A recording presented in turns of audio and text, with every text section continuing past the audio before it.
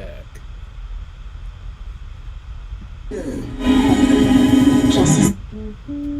Oh, no, definitely can't play no more. This is my. Hey. This love was reversed. All right, guys, we back. Let's go. Sorry for the interruption. I don't want to even talk about it.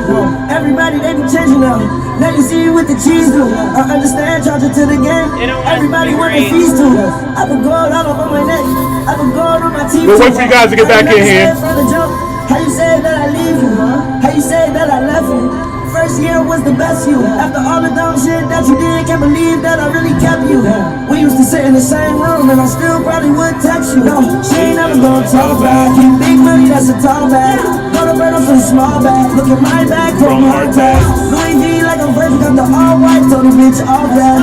Poured up in the land, it was made whoa, I had to start at. I just made 10 M's, 10 days, bitch, that's all fast. Call my phone, don't ask me, then I told the girl, don't call back. Drip, smack, I can just sauce that. Yeah, I picked the bitch up, but I made her walk back.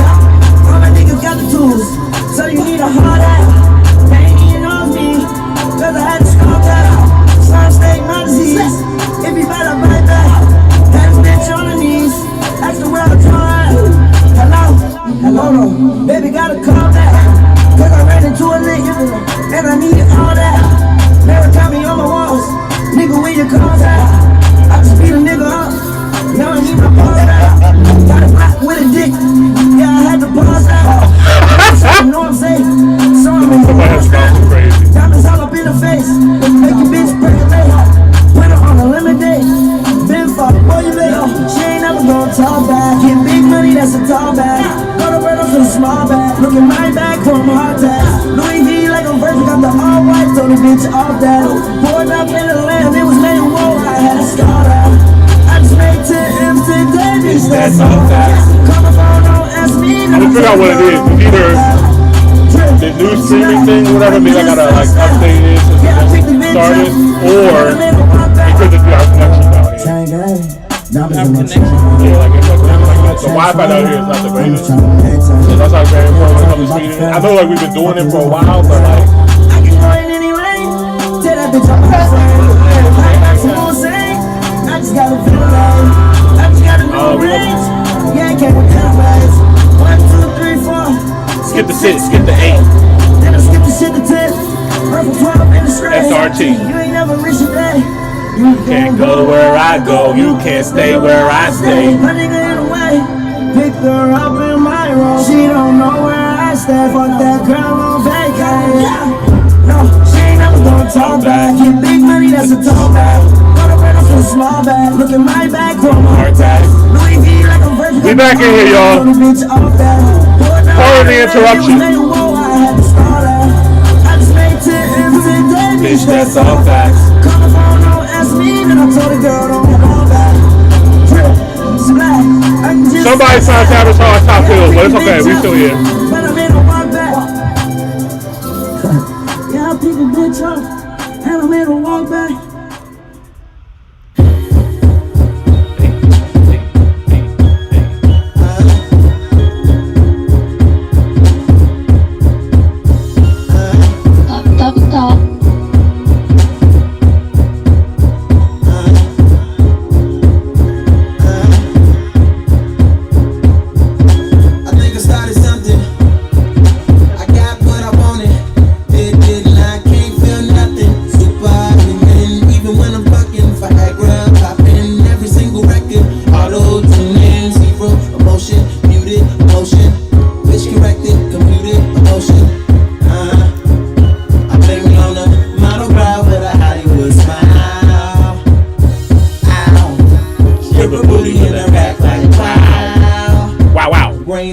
Better at Coachella. I went to see Jigga. She went to see Trip. Perfect. I took a seat on the ice cold one. She handed me an ice blue. Shout out to the Atlanta strip clubs too, by the way. Magic City, Blue Flame, Pin Ups. At least you working, but girl, I can't feel my face. But I'll be smoking anyway. She said no matter how I go to waste. taste, little taste, Novocaine, baby, baby, Novocaine, Baby, I want you. Okay. fuck me good, fuck me long. We back. Love me now when I'm gone, love me none, love me none, love me none, no.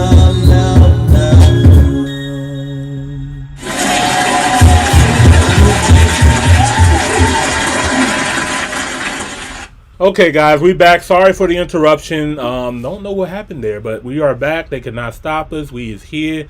Since this is part 2, I'm gonna have our AI introduce us once again too, for all the people who just are looking at this stream and may not know what's going on. Like, yo, who's that Joan talking? So I'm gonna have her introduce ourselves. Hold on 1 second. Hey, FYI, we're still live right now. Our stream got interrupted, so we have some new audience coming into the building right now. Do you mind introducing yourself to the people one more time and let them know what Top Hill is all about? Hey Top Hill family, I'm FYI, the creative voice, or from Johannesburg to Jamaica. This space is for all of us to come together, learn from each other and share our unique experiences. So buckle up for some amazing discussions, live reactions, and deep dives into trends and topics that matter to us. Let's keep the vibe strong, the conversations rich and the connections even stronger. Now back to our fantastic hosts, Imani and Carmen. Welcome back everyone, let's keep this show rolling. Let's keep it rolling, y'all. All right, shout out to her.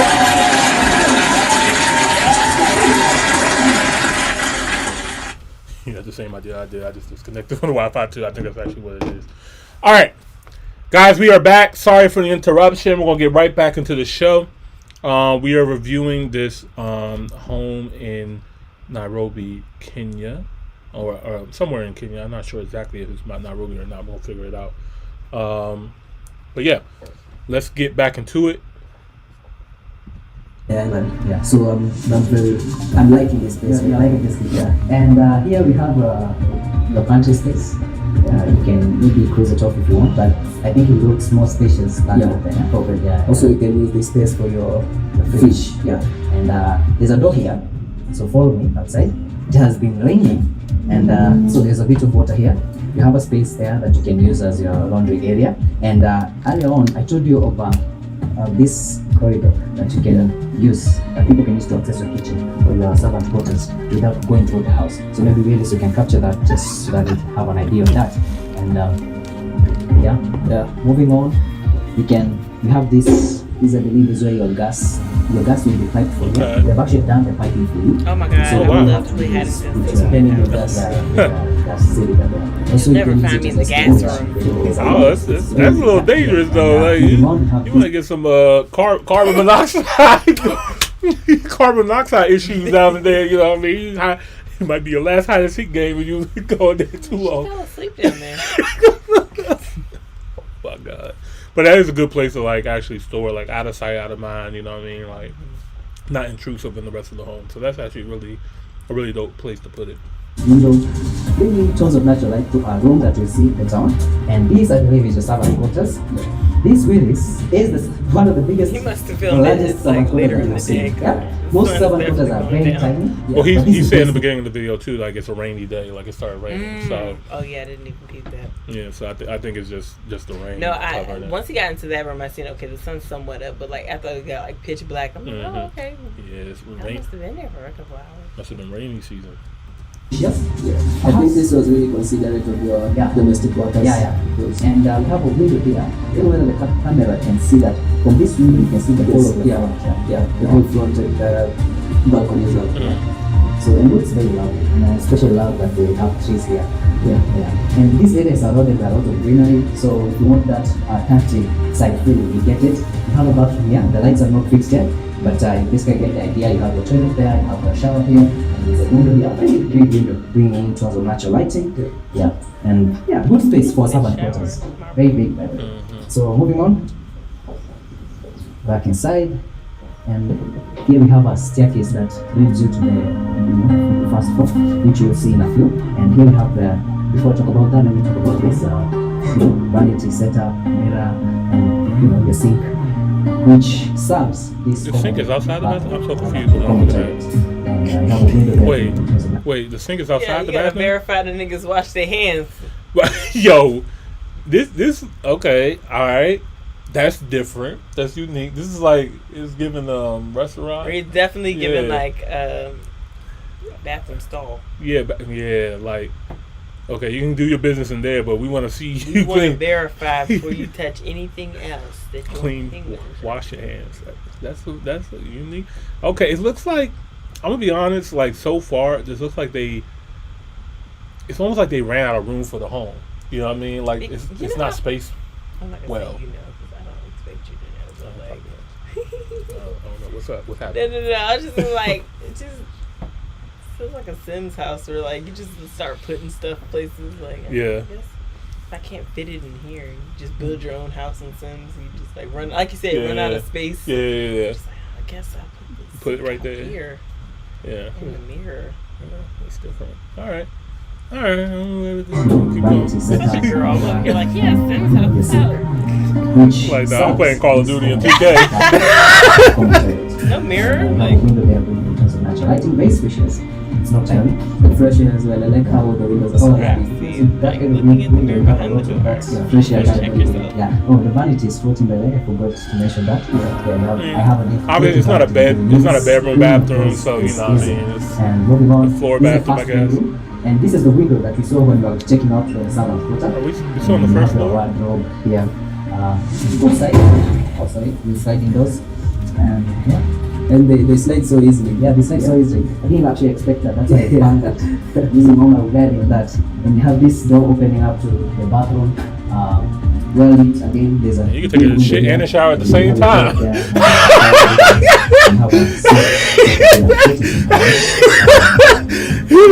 You shit shower shave at the same time.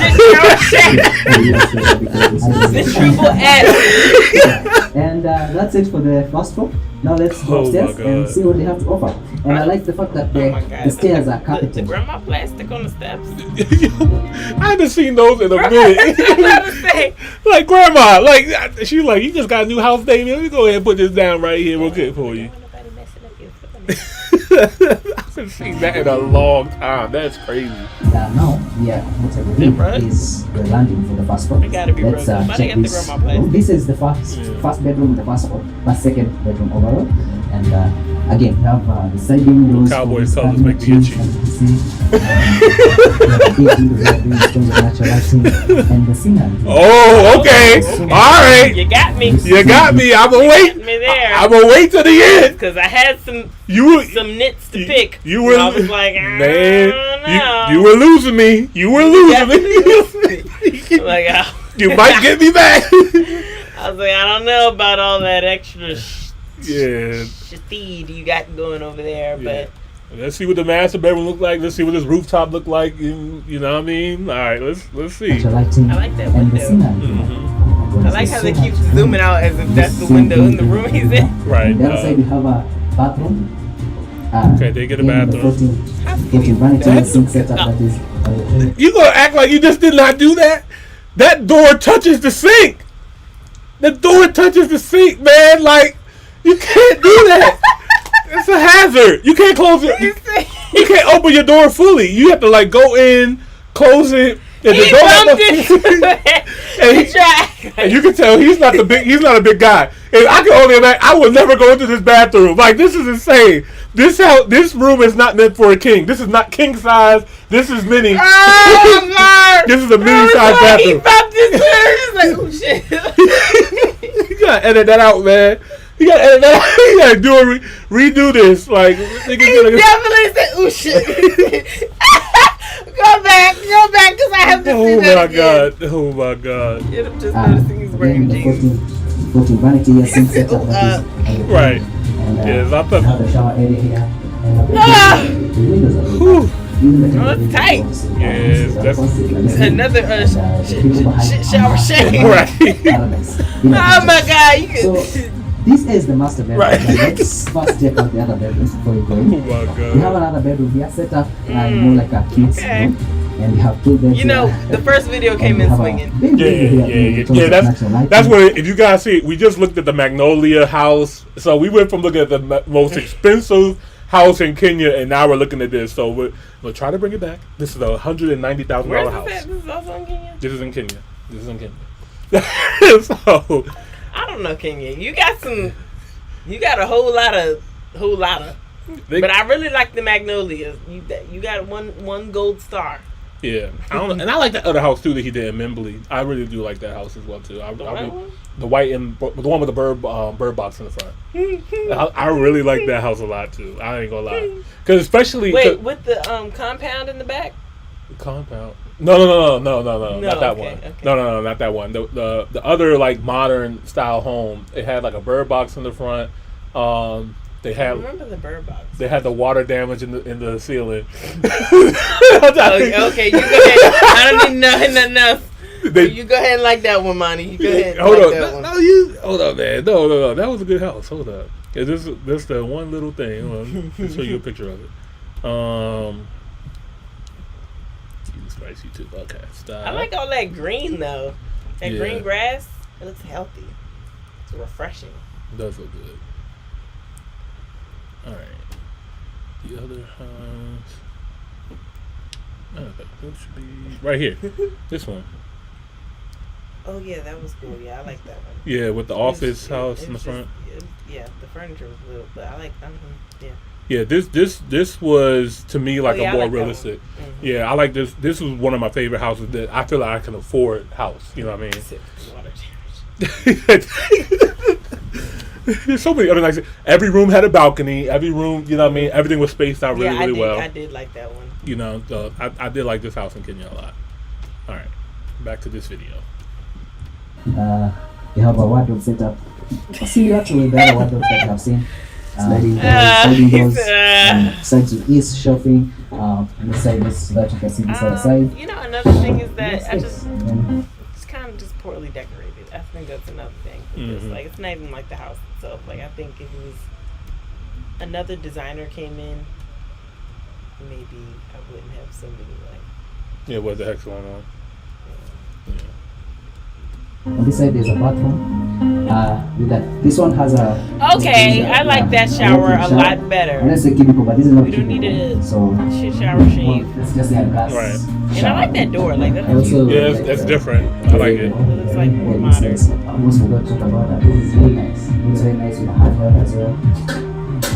This is very low. What is happening? It's just a scene. It's him playing off. It's him playing the shit off. He's hilarious. Like, oops. So anyway.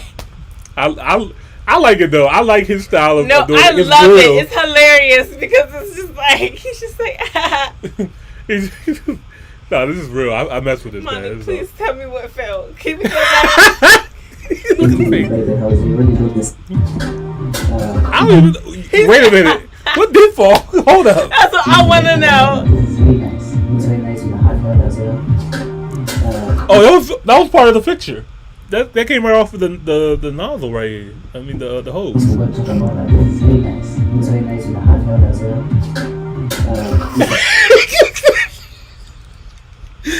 Oh my God, dog! Yo, why would you edit that out? What? It's fat. Oops. It's very nice. It's very nice with the hardware as well.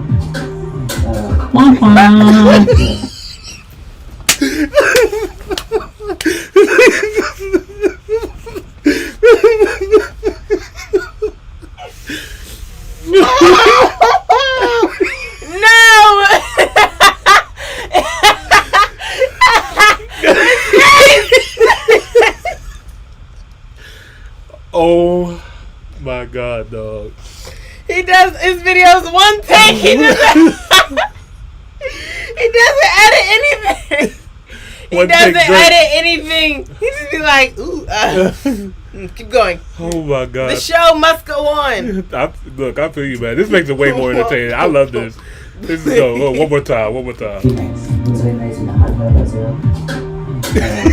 Looks like you're going to buy the house. You already bought the scene. It's just a scene. Oh my god. Please! Very big. Please, We please. have a sink setup here, floating, and a mirror. There's a lot of lighting in these rooms. And the floors again, the same vanity. What did I do? The same kind of illuminated floors that you saw in the downstairs. Continue here. And this is more like a Maybe family I room. did. In this case, this space one, they don't have a balcony for the family. But they're saying that second phase that they have just started, the family room will have a balcony, which I think is a plus. And this comes all this way. With this, can you show them now how the double ceiling that you Oh saw? my god. If they say anything in the comments. Oh yeah, the comments. We won't get to you all the comments in a minute. All the way down. It's really beautiful. I love it. I'm talking Very about these big. comments. Oh, on these We have comments. that window. There's a curtain of shears, so people might not be able to see it really well. That chandelier is nice, Yeah, but nice, it's very just. tall, all the way. That's funny. The whole length of the double ceiling, What the is- double what? ceiling. What? And, Why is there that extra Extra little pocket. Why not, man? And why does he fit perfectly in it? I don't know, man. Now, shears curtains here. I think I'll take this You down. wanna open up the window more? So that You know what I can mean? see Safely. my space open. And like I said, this space has a very countryside vibe.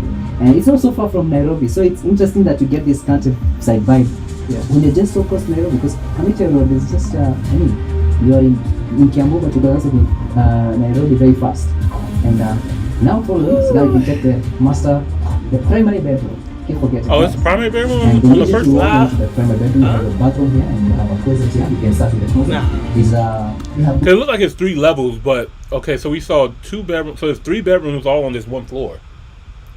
So he said this is the primary bedroom. So what's upstairs? That's going to be interesting. with a walk-in sort of design, and again the side windows, wardrobes. Did he drop something else off camera? So one of the other bedroom is going to act as a storage. So we have a big mirror here, which it is a second escape, but it can't escape. Okay, mirror, We have, okay. well, let's say maybe not enough space for everyone, but quite a lot of space in the wardrobe area. And on this other side, you have this bathroom. And before we talk about the bathroom, I'll talk about this door because I find it interesting. It looks nice.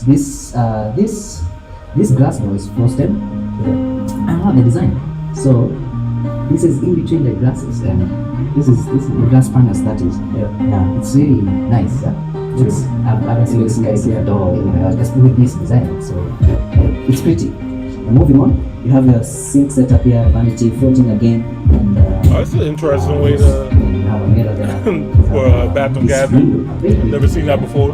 So the big windows are standard, and you have a toilet there, you have a tub here, which has a more of a jacuzzi filled with all these jets. I mean, there's so many because there you can really count all of them, jets. Gotta remember, this is an affordable home. I have to keep reminding myself. yeah, okay. This house is only $190,000 USD. Oh, what? It's only $190,000 USD. Oh, I take all my complaints back. Yeah, like when you had to keep bringing me back to the perspective. This is a 4-bedroom house, modern style but affordable modern style home. So Whoever constructed it, can I fly you out here to build the same one on U.S. soil? shit, the way how materials and everything cost like that over here. This house is probably going to cost you probably around $400,000 here in America. Just for the material? I mean, yeah. If you want all this stuff that he's doing, the chandelier, you know what I mean? The chandelier. Yeah. This house would be 4x the price if this was in America. So I know that, but I'm just hoping maybe if I just bought the materials and Nah, got you gotta on pay. YouTube and learned how to build it myself. you gotta pay that shipping, that shipping and handling. They're gonna What's ship. that? They're gonna ship and handle you with that price when they bring the material over here. I mean, Kenya is a abundant land with a lot of resources. So I should probably jump in this one, just like Like the other one too. yeah. It should be my thing. Yeah, if you And we have this glass, shower. don't touch the hose, bro. He learned. He said, ha ha ha. I think they have a really pleasing aesthetic. Yeah. They're in it. Yeah. And moving on, now let's check the bedroom. The bedroom is quite spacious. You have this bed, and you can fit a 6x6 here and still be able to walk around easily. Yeah. Yeah. There's so much space. There's so much space, Yeah. You see, really starting on the other side.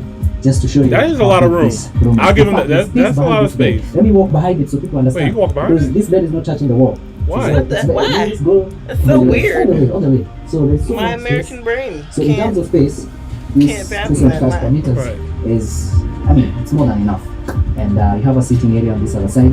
I find sitting areas in bedrooms so Oh, okay, sitting because area. the music can work comfortably from the bedroom. Yeah. You can have people come into your bedroom and just chill out with them. Sometimes you don't want to Where be would you put the downstairs, TV? you don't want to Shouldn't be you with put other the TV people. over You just want your privacy with some people. Apparently, So a lot of you people can don't having a want sitting to area is cool. Right. And you can customize. I'm space like that that too. I don't like TVs in my bedroom either.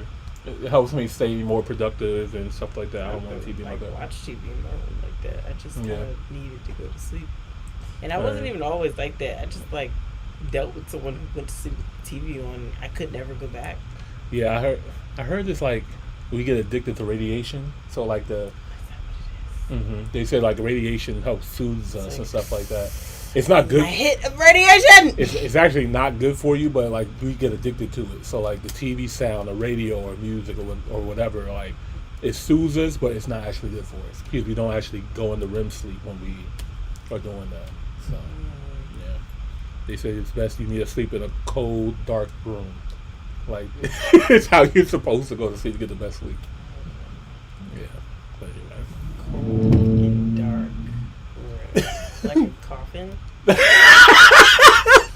Maybe not that cold and dark. That might be too extreme. You would don't think so. bring it back. Bring it back a few notches. Sounds very on point. You're talking death. You're talking like REM sleep. Oh my god. Oh man. Yeah, this is just a show house. You can even have like a desk there, a working desk here. There's so much space. Or you I would can like to see the desk balcony, on sir. On the other side. You even see there's a window. Actually, there's a window. So Sir, this can makes we, a better space finally to see use the- to have views. It's So raining that's outside though, so you may. And I don't before I know. forget, the amenities that you can find in this place, you put a swimming pool. There's a place where you can play squash, and you have Huh? a clubhouse. Now, In when fact, did you send that let's drone out walk there? Out Right. this door. That was early. Let's walk outside so that you can see. So Oh, from this point, you can see the clubhouse. This is the clubhouse. You can also see. Oh, it's pretty a much clubhouse the over project there, that is so- ongoing. And, Okay, so how- it's like the community pool and like you know what I mean. Okay, so this is like a community setting. All the houses look like this. Okay, I get that. This is it's like a step above if you were like living in an apartment complex Yeah. and stuff like that. Like at your own house. you want to have your own, I you can know what I get mean? with that. Yeah, your I own can get villa. with that. Yeah, this is good for the price point and stuff like that. This I get it. You get a lot. This is a lot for your money. So place where you can play squash, and next to it there's a swimming pool, and this is the phase one that is already sold out. And honestly, Yeah, like, some of the I feel houses like are I'm big, always like, depending ooh, I on love how pool, but big you want. niggas don't even get And the the phase two is just right, and then it costs a lot to deal with a pool, and then it's a lot of maintenance too that goes with just having a pool. Yeah, like you know what I mean. How many times you gonna have a pool party? You know. fuck a party. Yeah. I don't even like people. Right. So. You can't come get in my pool. Right. Yeah.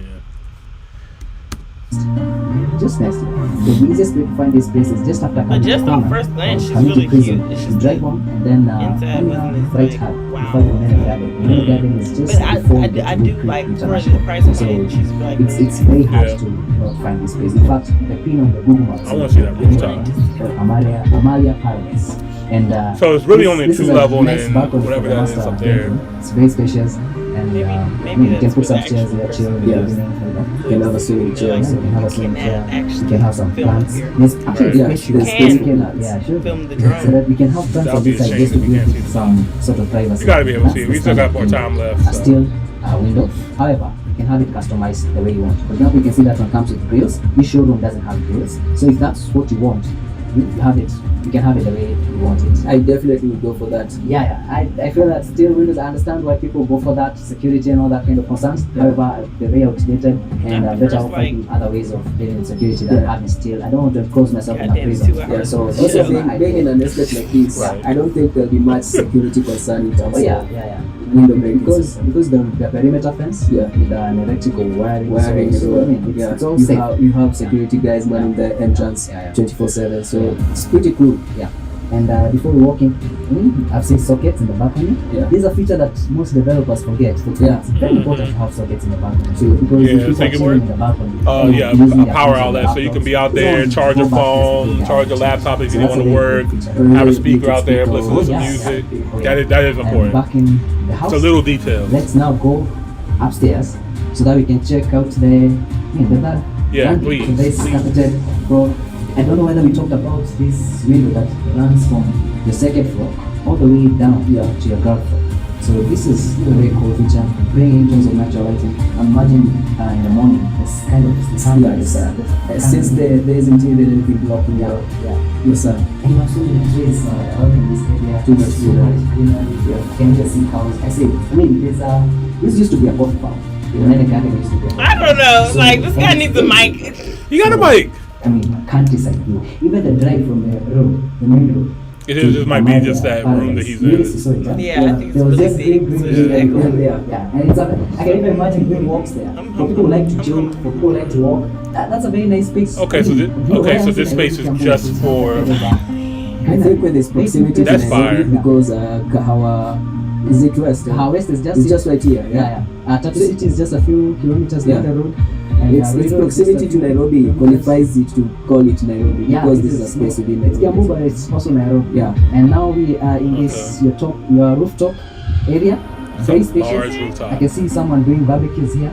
Yeah. Making it a party spot. Of course. Yeah, ladies are really glad to do that. Yeah, and another cool feature I've noticed is they have I think that's a bathroom. Yeah, they have a bathroom. Oh, that's cool. That's cool. To go all the way downstairs. That's the very bathroom. cool. That's the It bathroom. is a big plus. That's really cool. There's also a tap here. Yeah, You you can get- tap, Okay, I'm about to say, where's the Or sink? even So you probably have to put the sink outside too, but down Yeah, there. yeah. Yeah, so this might be a space for your barbecue grill. Oh yeah. Wait, Let's see that Uh, space. Yeah. And this space next. hold on. I just want to confirm, but I do not see a sink Oh, inside here. okay. It looks like you might have to put a sink on That's the the bathroom, outside. And That's really Unless it's behind that Guess door. it's better than just like, you know, Nothing, yeah.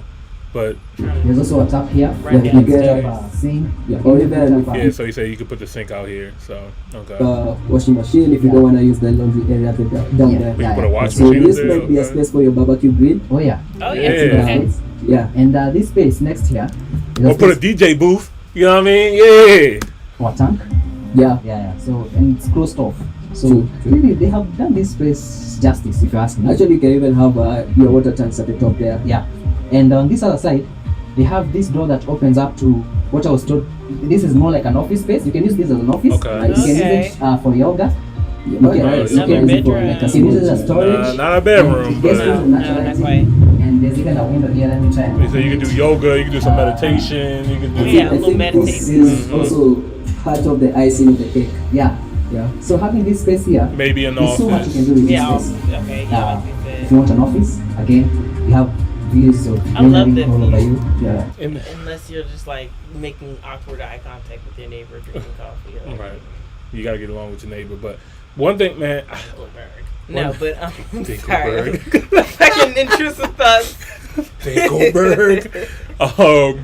But one thing, this reminds me, when I was in Kenya, I was in Nairobi, how good the air quality is out there. It looks good. I'm like, look at that grass. Man. It's pretty green, but I can only imagine, like, living here, like, being able to be on the top floor of your own personal home and just be able to go outside and just, like, will probably add, like, 10 more years of your life. yeah, You know what I mean? That out here, I probably like smell the lung cancer. But Yeah. Yeah, but here, man, this is so important. This is really important. And the fact that you can have all these windows that are functioning and open to just bring in all that fresh air. Kenyans, you guys really do have, like, y'all have a special area. Y'all geography, where you're located, you have a very, very special place on this earth, man. I love Kenya. Are those keys? Lock the window. Yeah, that's good too. Yeah, you don't want brother man to come in and try to make it with sandwich. You can see. I don't know where's that. That probably Like the air conditioning units up there, out of sight. You know. Yeah. But my thing with this space is that you have all this greenery. Like You can just, you know how you go to a country to unwind? Listen to the birds. Yeah. They are country. Yeah. How you can go to a country to unwind? Yeah. I think this is like your home. You come to Basically, you are in a country, but also you are in, within Nairobi. yeah, you're in a country, but also within Nairobi. Yeah. And I mean, this is the very amazing space to have. I mean, look at all this space. It's very big, and like I told you, from this point Yeah, you can see that's the the swimming selling pool point better. right there. I'm You not can also see gonna the lie. squash field better, and you can see the whole project. This is 66 units, I'm made to believe. 66, Also okay. that full for 18 million. Pretty big And we community. have a phase 2 just next to it. Phase 2, which they're selling at 18.5 million. So if you're interested in this project, we're going to leave the contact details below. And we also have a contact there, just in case you want to consult anything. You can call Raymond. Raymond, I know he's something I bring B-rolls and so on. And yeah, that's today's show. My name is Mark Massa, and behind Shout out to Mac, man. Willis Mwenyewe. Yes. Yeah, Willis, what would you say about this space? Your last words? I think this is a very amazing space. Yeah. I will definitely spend my money on this, Yeah. especially with this rooftop. Yeah. This rooftop is also like a feature to me. Oh yeah. And the office. Flat roofs are becoming more common. Yeah. And it's nice to see a well done flat roof. It's a good class. Yeah. It really makes this house worth it. And I mean, I wouldn't mind living here because of the countryside view and the vibe. So I mean, you can even see coffee. You have coffee behind you. You can show them that. There's a coffee. So, Yeah, there's still coffee. yeah, there's still we have more coffee there, and I hope that even as they continue with the construction, a lot of these green spaces will remain, so Yeah. that people can enjoy You that. literally wake up and smell the countryside coffee. and even the show that is still going on. maybe we are yearning for a Shags experience, Yeah. and we got it here today. So see you on the next episode. All right, round of applause. Round of applause.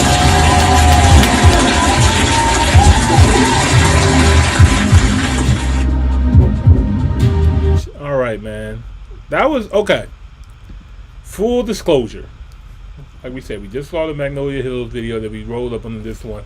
It's this home is so unique because from the outside, in my brain, it looks like a $1 million home on the outside. You know what I mean? Very modern sign, very modern, very well looking.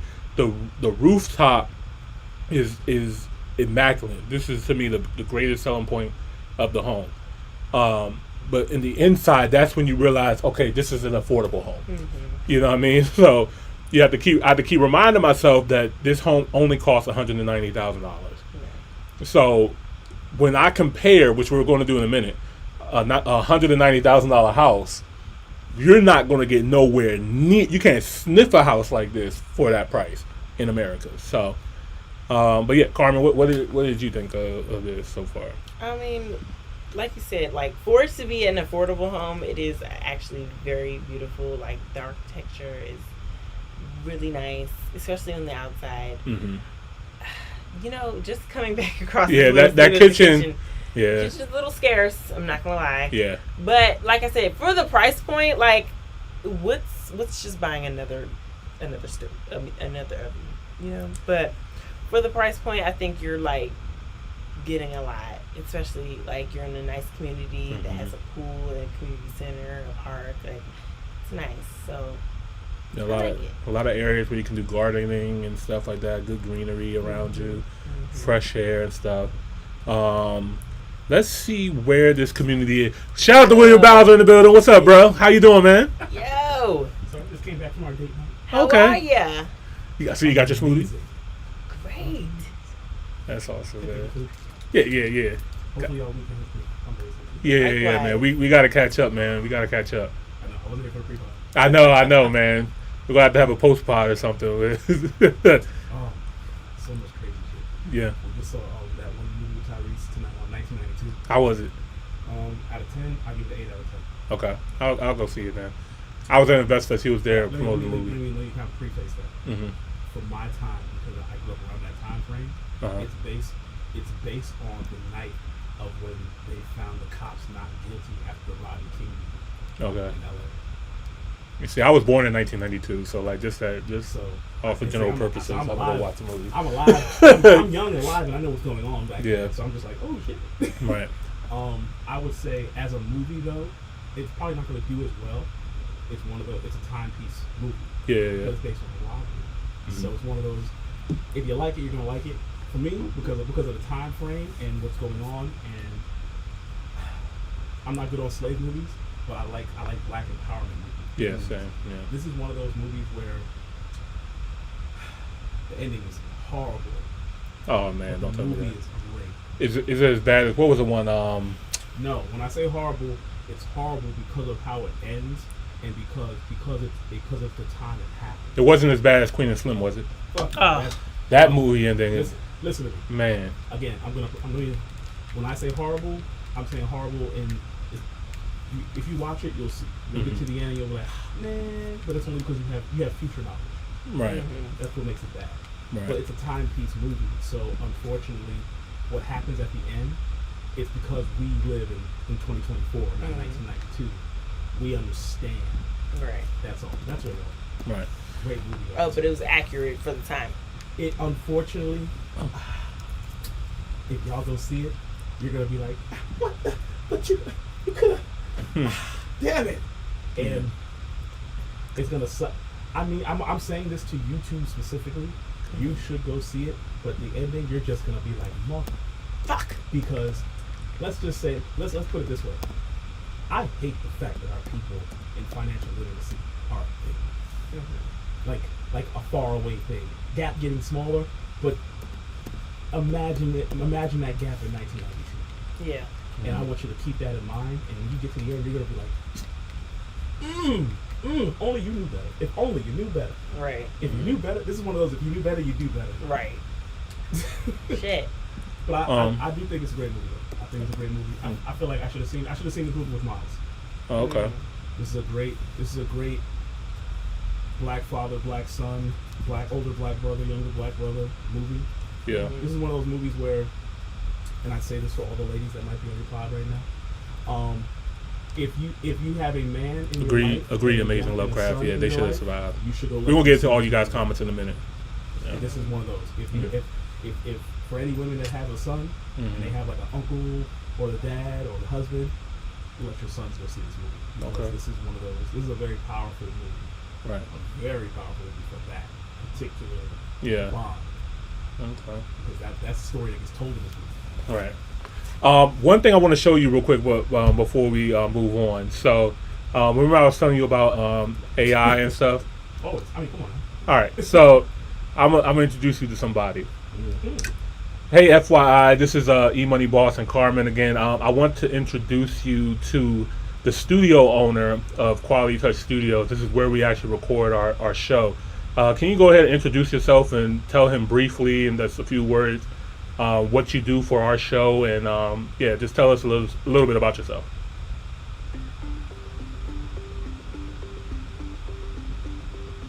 Absolutely, Imani and Carmen. Let's give a warm hello to the studio owner.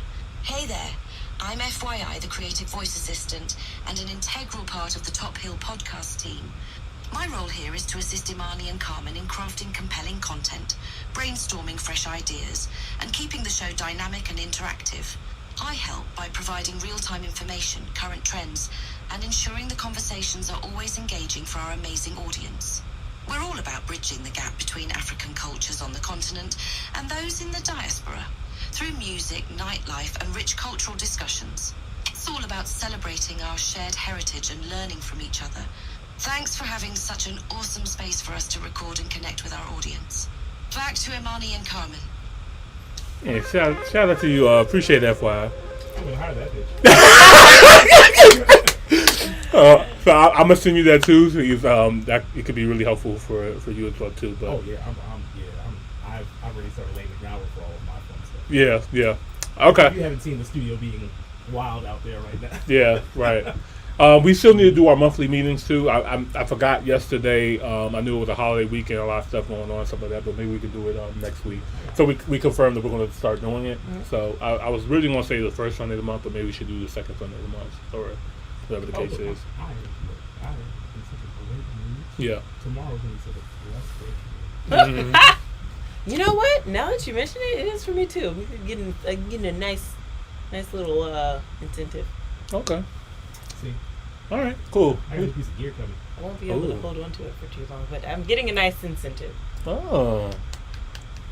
All right, we gotta talk. We gotta get back to the show. Sorry, guys. We'll get right back to it. Shout out to William Bowser of Quality Touch Studios. Appreciate him. Round of applause. Thank you, sir. Thank you. All right. So I looked up where this was in Kenya because I just need to see geographically where things are. So Kumasi is about a 25 to 30-minute, 40-minute drive from Nairobi downtown. So it's really out there in the outskirts, suburb area of the Nairobi. Like Nairobi's all over here. This is pretty far out. Kamati. So, but let me know. Matter of fact,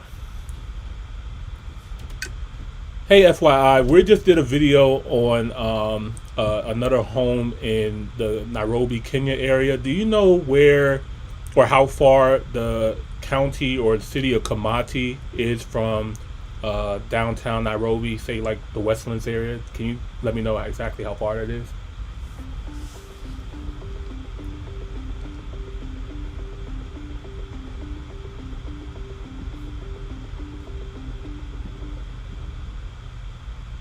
Alright, let's break this down using general geographic knowledge.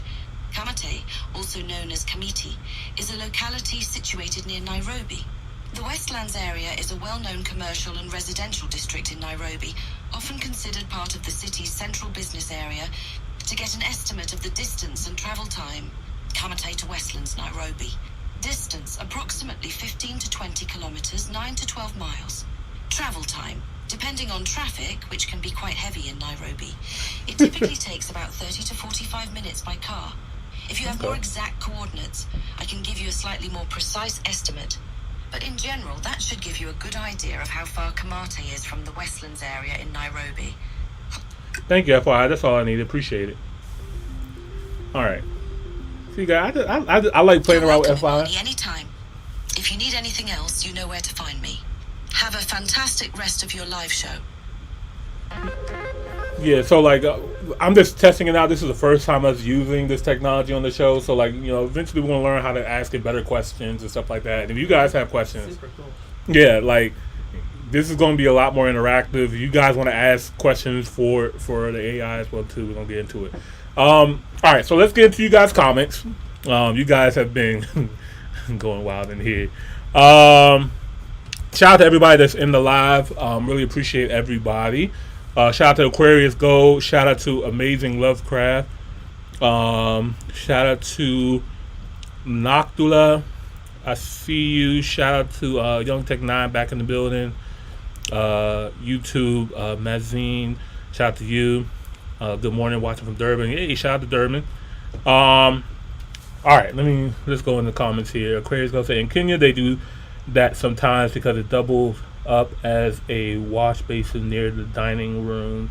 Folks eat with their hands rather than having a sink in the dining room. Okay, so I think you're referring to the sink outside on the main floor. Okay. Amazing look at it. That's a Dubai triple double on them hoes.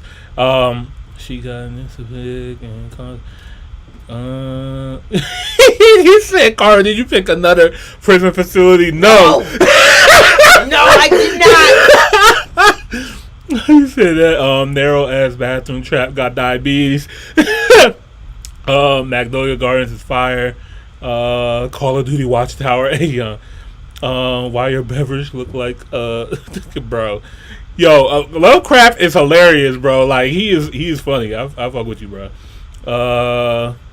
This or something in okay, he said espresso. Espresso is crazy. Surprise mother shower. Alright. You look like the cost is coming out of my paycheck. Elevator, blood on the ceiling. What the heck are you saying, man? Yeah, like his intrusive thoughts are like no, he's letting it fly. I hate to see what your Twitter feed look like. Your Twitter feed probably crazy. He said the dealer just pooped out in the background. Oh my god. Nice bathroom right there. Okay. Aquarius Go says exactly it's only $190,000. Yeah, like I said, the home is only $190,000. So we're about to show you guys what an American home looks like for that price. A she shed. Gonna get you a she shed. It's a concrete and stone house in the U.S. and wood still more expensive. Crazy. Yeah, exactly. Like the material that you guys use are way more durable and sturdy compared to like the flimsy wood that we use out here, and it's like triple the price. Doesn't make no sense. Oh man, you trying to get us canceled? Okay, cool. Paintball center next to the door. Places for flying kites. All right. Home coming to Africa is a beautiful place to be. Yeah. Shout out to the beautiful continent of Africa for sure. Shout out to you to Manzi. He said, "Good morning, guys. Watching from Durban. Shout out to Durban."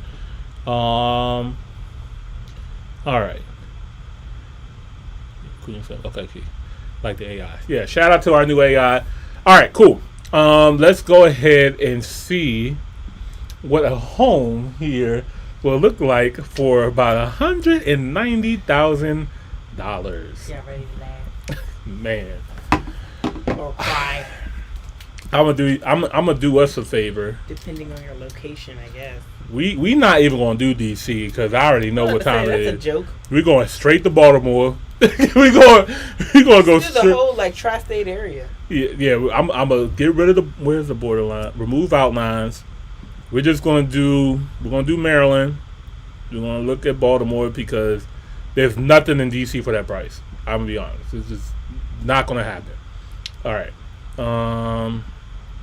What about Virginia? Yeah, we can get Virginia out the way too, but Northern Virginia is expensive. Like we're gonna have to go. We're gonna have to go far out. And all right, the price we're gonna do minimum. Let's do 180. Let's do 180 to 200,000. Not $180. Come on. You knew what I meant. All right, 200,000. I feel like even that's cheating. Right. You think this is cheating? You know what narrow down to 190 to 200,000? No, wait. Okay, 200,000. Give it. All right. Now this home had 4 bedrooms, and I think 4 bathrooms. They had one on the main floor. They might have 5 bathrooms actually. If he's the one out there. Just do 3. Don't push it, okay? Because they didn't even have no sink in all of them. Damn, because look at that, y'all. I did say the Forrest pushing it. Come on. I did 4 bathrooms, and it doesn't exist. That's crazy. All right, so we're gonna break it down to 3 bathrooms. Something like, okay, here we go. We back. Yeah, I was gonna say, come on now. 3's Forrest pushing it. Okay. All right. We got 2 houses. Okay, what's that? What are we looking at first? What's Which one? That one. This is standalone. All right, let me go ahead. Let me bring it up for you. I got y'all. Hold up. Here you go. So this is what. That ain't even finished. This is. That's just to get the job started. This is $199,000. So this is, it's a little bit more expensive than the home that we just looked at. What? But hey, it's hey, she started. Yeah, you know what I mean. She's sitting by herself. You know what I mean. That's a plus, right? Okay. And okay, she got a little back. You know what I mean. She got a little back. Like a little sunroom right here, maybe. Did they start and never finish, or was somebody just being hasty? You got a carport right here. I don't know how you're gonna drive to it, but you know what I mean. All right, so the inside is not ready. Okay. Like, did they gut it and just leave it like that? Oh my god. Because you could have just left it as is if you was gonna gut it and leave it like that. Why they do that? They just gave up. That's what I'm saying. Like, it looked like someone, because there was definitely something there. Yeah. This was like a remodel gone bad. And it was just like, we don't have enough money to fix it up anymore, or the contractors ran away with the money, or something happened. What is this secret hole? Like, what is that on the ground? Wait, a secret hole? What the fuck was that? Oh shit! That's where the leprechaun lives. That's where the rats live. Oh god! What's the other house? Yeah. That? Oh, they got a bathroom though. Hey. Look, you can see right through. There was definitely something there. You could have left the house as is. A little sunroom. Look, man, look at all that natural light that can come into this house. You know what I mean? With all that openings. Natural air, natural light. Oh my God! Ooh, that's. Oh yes, that's real lived in. The house is definitely lived in. Yeah. All right, so let's see. Well, that's not livable. So let's go to something livable. Let's go. Yeah, let's go to something livable. What year was this? 1961. Yeah, it gave 60s build. Whew. That house was probably real hot when it first came out. I have a dream that one day. All right. Okay. This will be affordable. All right. Here's another home. All right. Fight back, Baltimore. Fight back. Fight back. All right. So we got. Might be in the trenches, but she's cute. Yeah. She in the hood. She, you know what I mean. You know what I mean. A little. You know I ain't gonna bite you. Little pretty hood joke. You know what I mean. She want to make it out. Somebody got to clean the front yard though. Like somebody got to trim this up. But all right. This is the outside of the home. I can't tell. I don't need nobody knocking on my door. I'm gonna leave it like that. Right. I can't no. But I want to say this is the house with the black roof right here. The way how it's centered. I don't think it's the end unit. But they did the inside though. Okay. All right. Baltimore, they gonna do that inside. Yeah, the inside looks good. Inside looks good. All right. Now this is nice. I'll take it. Bathroom's nice. No. All right. This almost look like it's AI. starting to look fake to me. Right. You look like a fake tie box right there. Like, like wait a minute. Like, who is this? Mid Journey? What is this? Yeah, it doesn't look like AI did this. Actually, doesn't look real at all. It doesn't look real, but. But you over here like, yeah, I like. Or they got a really. I don't know. All right, let's see what Queensbury. Let me see where in Baltimore this is. Actually, I'm curious. Queensbury.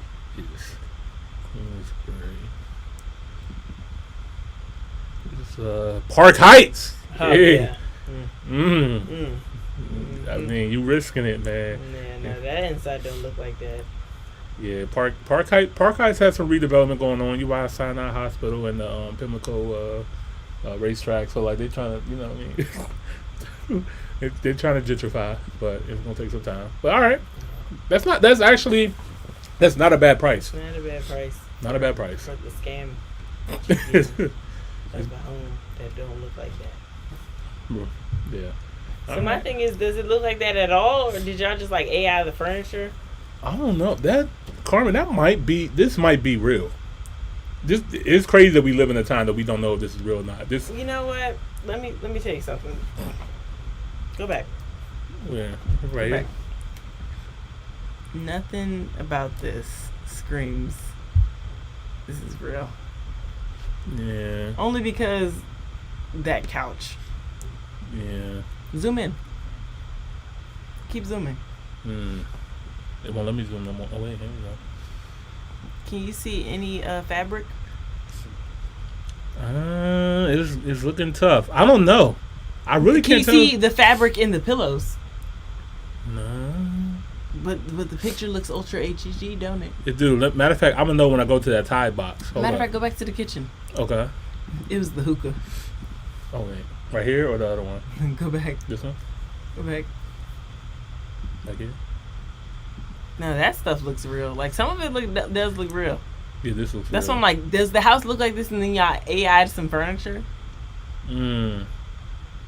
This does look like AI-ish. Yeah, like that. That looks like fake chairs. Yo, this is scary. This is. Yeah, look at the way that refrigerator is shaped right there. That's what I'm saying. Like it's on the angle. Nah. Oh, let me go see that Tide box. That's how I'm really going on. Let me see what the Tide box is talking about. First of all, y'all moved the same hookah thing to different rooms. Hey, look at that Listerine. Hold up. I don't know, man. What y'all think? What y'all think in the comments? Does this look real? Because this looks out of place. That don't look real. I mean, I wouldn't put that there of all things, but I don't know, man. All right, fighting chance. I mean, okay. I mean, you still got this. I mean, or you got that. You know what? I give it that they put the couch. They gave two different angles of the couch. Yeah. Yeah. All right. Yeah. Regardless, between those two houses, I would pick this. I would pick this over that. Yeah. Shout out to Kenya. Let me see. The Tide box look fake. It do. You said the bathroom pictures are real. Some people said that's AI. Poltergeist cigarette house. What? What? Yo. Okay. Kenyan home for the win. Yeah, Kenyan home for the win for sure. Shout out to Kenya. Shout out to Kenyan home with the Baltimore decorator. Or the Baltimore AI. Yeah. For sure. All right, round of applause, man.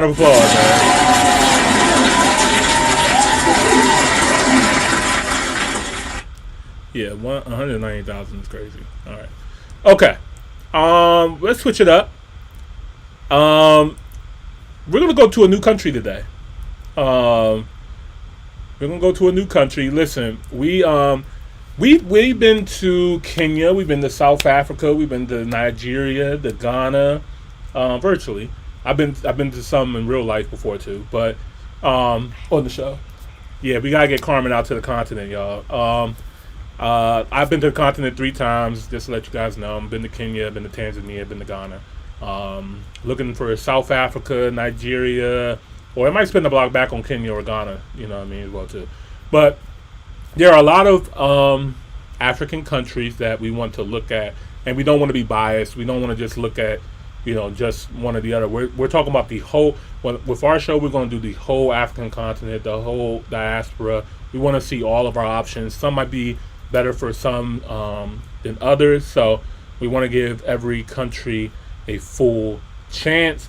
And by the way, I'm gonna introduce you guys to our AI. I do want to ask her this question, because you asked this too for the last episode, like what countries in Africa offer the dual citizenship for African Americans. So let's ask our AI this question real quick.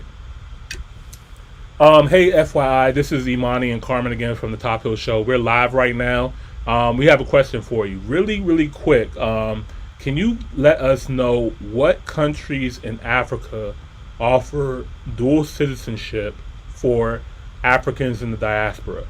And if it helps you, like if you could specify maybe African Americans going to Africa. Can you just let us know which countries?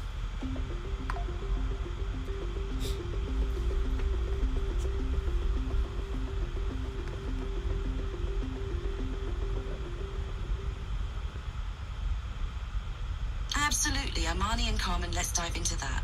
Several African countries offer dual citizenship, accommodating Africans in the diaspora, including African Americans. Here are some prominent ones. 1. Ghana. Ghana is well known for its Year of Return campaign and welcomes African Americans and others in the diaspora to gain citizenship while retaining their original nationality. 2. Nigeria.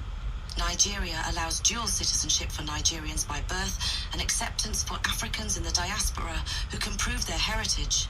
3. South Africa. South Africa permits dual citizenship, subject to certain conditions. 4. Kenya.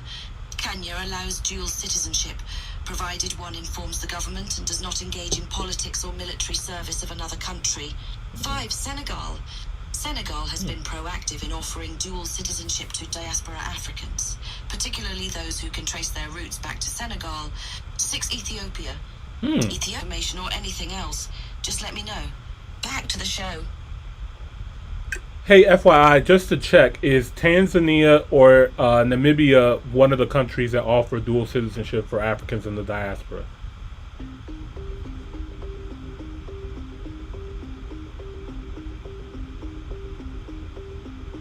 Currently, Tanzania and Namibia do not offer dual citizenship for their citizens, including the diaspora.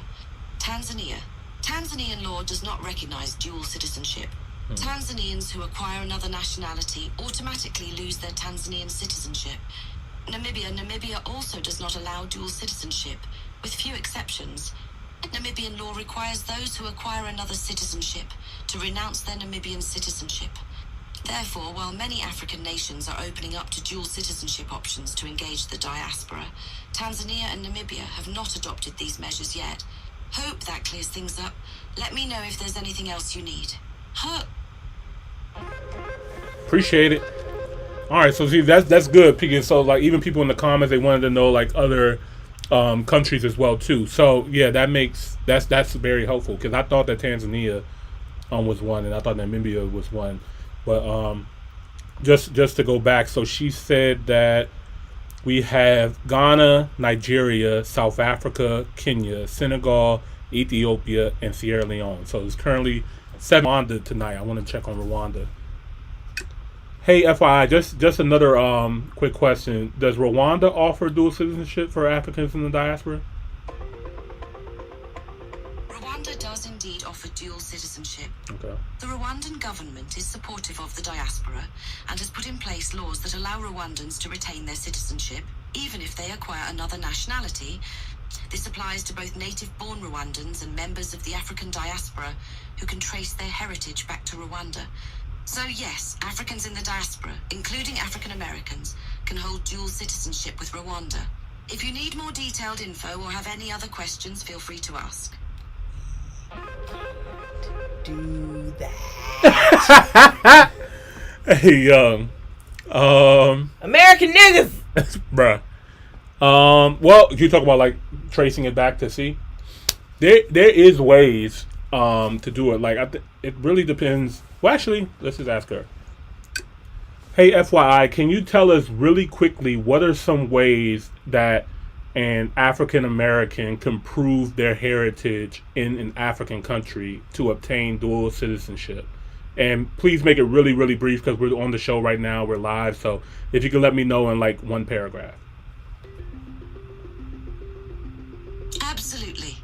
African Americans can prove their heritage in African countries, primarily through documented lineage, such as birth records, family histories, or ancestral ties.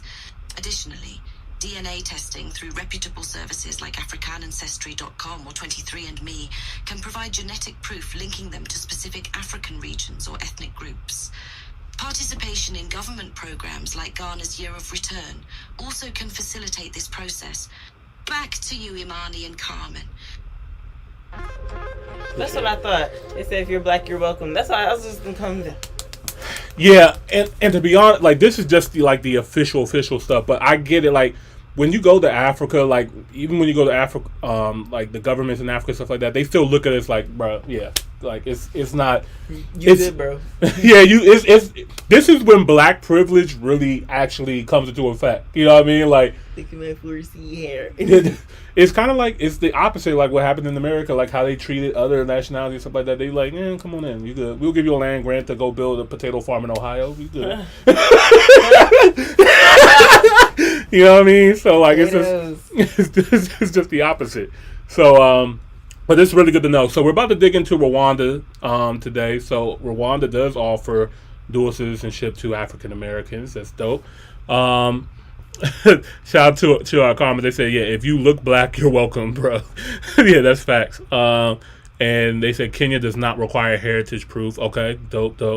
So they said it's only 5 countries. No, so it looks like it's 8 countries. It might be more because she listed 7, but she also said that Rwanda was one. So that's 8 so far. So there are 54 countries in Africa. There's a lot.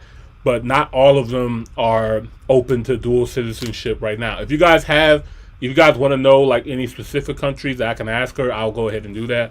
I saw Tanzania and Namibia in the chat, so that's why I asked her those extra ones as well too. All right, let's get into this video though. Shout out to Jabril and the whole entire Passport Heavy team. We looked at their Ghanaian video the other day, and they did a video in Rwanda as well too. Rwanda is a landlocked country in Africa, also known as the safest country in Africa and the cleanest country in Africa. It's like a smaller nation, but Rwanda has a very interesting history as well too. Like there's a popular movie called Hotel Rwanda by Don Cheadle. They went through some stuff, but they went from really horrific history to now being one of the safest countries in the world, not just in Africa, but actually in the world.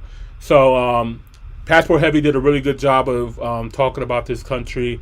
I enjoyed it. I love their channel. I'm gonna keep watching their videos and stuff like that. And I believe, Carmen, this is probably your first time seeing this as well too, right? This particular video? Yeah. Yeah. So, all right. So we're going to give our reaction to this. We're going to dive into Rwanda. If any Rwandans in the chat, shout out to y'all. What's good? What's popping? And yeah, man, let's go ahead and dive right into it. If you guys are new here, don't forget to like the video and subscribe to the channel. We greatly, greatly appreciate it. And let's get to it. Woo! Rwanda, I had no idea how amazing the people are in your country, and specifically Kigali. I had no idea about the food, the culture, your amazing structure, your infrastructure. The reason why the BAL said we want to have our season here in Kigali, and I'm going to take you over. Fun fact, J. Cole did play in Rwanda's basketball. Well, they had an African basketball league, and J. Cole played on the Rwandan team. Back then he was doing side quests. Yeah, because African NBA. I apologize if I'm saying it wrong. I forgot the name of the league, but it is like created by it is created by the NBA. They're expanding to other countries. They so they have one in Rwanda. I believe they have one in Ghana. So they have like different countries, kind of like how soccer, like they have different countries play against each other. They're trying to do that in Africa. Yeah, they making money. And yeah, J. Cole played for Rwanda, man. So yeah, man was definitely doing side quests. Out of this episode and show you Kigali in probably a way that you've never seen. Let's get it. Come ride with the boy.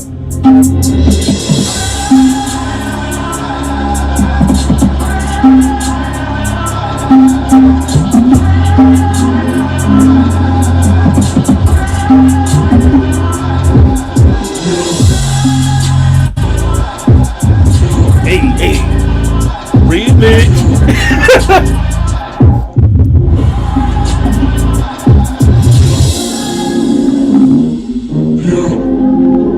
Welcome to Rwanda, baby. Rwanda exceeded every expectation that I had, and it shows you when you have the right leadership in 20 years, what's truly possible, especially when you have the discipline and the vision that Rwanda has. So this episode is about the amazing city of Kigali, the main place that people fly into when they visit Rwanda. And so part 2, we discover and explore a lot of the nature that Rwanda has. From the amazing mountains where we got to see the silverback gorillas. What an unbelievable experience. When we were doing some of the national parks where we saw leopard. Well, I'm not going to spoil all of the surprises. Just make sure that you subscribe so you don't miss that in the next episode.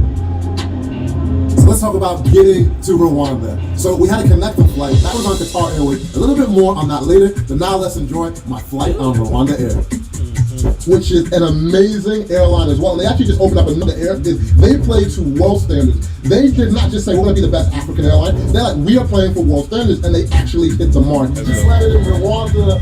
It feels so good to be back on the continent. Oh, the weather is amazing right now. It feels good. I want to break down some of the amazing facts I had no idea about. They have some of the most reliable and consistent internet on the phone available. The fastest I've used anywhere. So most people think Africa. That's another thing too. Like, we don't realize, like, we be spent, especially in America, y'all, we spend so much money on internet and stuff like that, and they literally tether our speed. Like, they purposely slow our speed down to like move it to other people and other places, or just to save money or whatever. When you go to other countries, like, I remember when I was in Kenya and other places, like, you would think that these places have worse internet service than we do, but they actually have better service than we do, because they don't tether their internet the way that they do America does ours. Like, it's crazy. Like, you would think this is supposed to be the greatest country in the world. Our internet should be amazing, but no, they do not want us searching certain information. They don't want us to come back home. So, yeah, that's actually very, very impressive. And another thing too about the airline, he mentioned he went through Rwanda Air. I flew through Ethiopian Air, and Qatar Airways. Qatar is like normally ranked like the #1 airway and stuff like that. Mm-hmm. It was cool, but I actually enjoyed my flight on Ethiopian Airways a lot better. Comfortable seats, great food, great entertainment. Like, I felt very comfortable, and I flew from DC straight to Ethiopia, and I had a 2-hour. I had a connecting flight to fly me from Ethiopia to. I was going to Tanzania at the time, but that flight was extremely comfortable. That one trip from DC to Ethiopia is about 13, 14 hours on the plane at one time. Yeah. So I was nervous because that was the longest that I was ever going to be on a plane on one ride. Nah, it's not that. It wasn't that bad, but it really made me feel comfortable. You know what I mean? It's spacious, roomy, comfortable. So like, yeah. And so I see Rwanda looks really dope as well too. So shout out to them. So yeah, just want to mention that.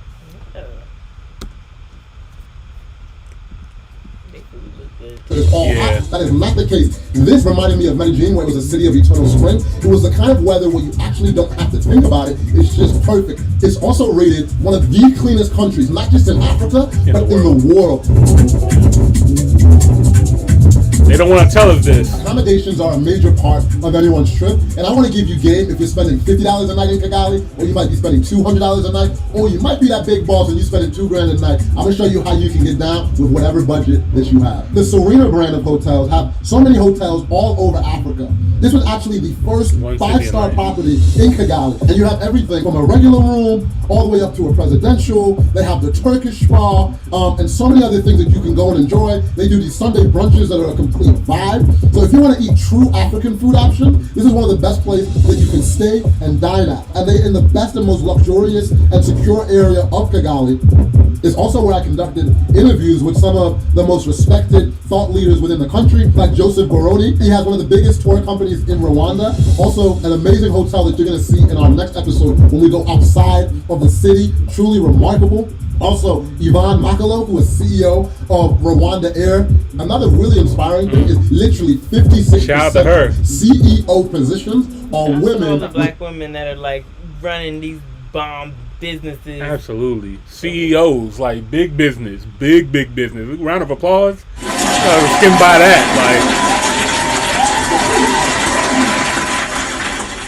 So he said, fun fact here, he said 56% of CEOs are women in Rwanda. That's fire. Shout out to them. In Rwanda. I think Rwanda is the best place to be a woman, actually. Our president is the chief feminist, and he really puts women forward. That demands results as well. So you have a lot of, that's why Rwanda has the highest representation of women in parliament, 51%. Our cabinet is about 50% women, and you see that even in private sector, a lot of the CEOs of the big banks, etc., are women. So it's really an exciting country to be a woman. Now you might want to try a Western brand, right? A 2-minute walk away from there is the Marriott. And it's clean, it's modern. You know, it's not a mind-blowing hotel, but it's a super solid hotel. And I will say that there is room for an incredible small shade, little bit of shade. People would pay. Some of the team stayed at the Rose Guard Apartments for a few nights. That was $150 a night, like I said, for a 3-bedroom. It was clean, a nice building, in a very secure neighborhood. And if you want to stay long-term, here are a few of the options that you have. So you're about to see what $3,000 a month gets you in Kigali. So it's a 2-bedroom apartment. It's a service apartment, and so that means they clean daily, take care of everything. You got internet included. Basically, no, slow down, sir. Modern service 2-bedroom apartment starts from $3,000 USD a month. So basically, Rwanda ain't cheap. I have to say, so living in DC basically. Yeah, this is equivalent to living in the city for sure. Yeah. 2-bedroom apartment in DC. Yeah. So. Not everywhere in Africa, like some people think, like, oh, just go to Africa, everything is cheap. No, Rwanda is very, very luxury. You know what I mean? So everything that you need to do is there, furniture, all that good stuff. And then here's another option if you're looking to stay long term and you want more space. The asking rental now on this property is $5,000 a month. Fully furnished, sell price $500K upwards, about 900 square meters. It's upscale. And so I want to talk about transportation. You can get like a really nice SUV or this kind of conversion van with a driver for the day for anywhere from about $150 to $200, give or take. And then also, if you want to use the app where it's just a couple dollars if you're taking like a 10-minute ride, kind of like an Uber app, download it, and then they pick you up. At the time of using it, it was all right. I'm not gonna lie to you and say it was the best thing, it was as reliable as Uber, but it was the best thing available at that time. And then at the time of release, if there's something better, I'll make sure to list that as well.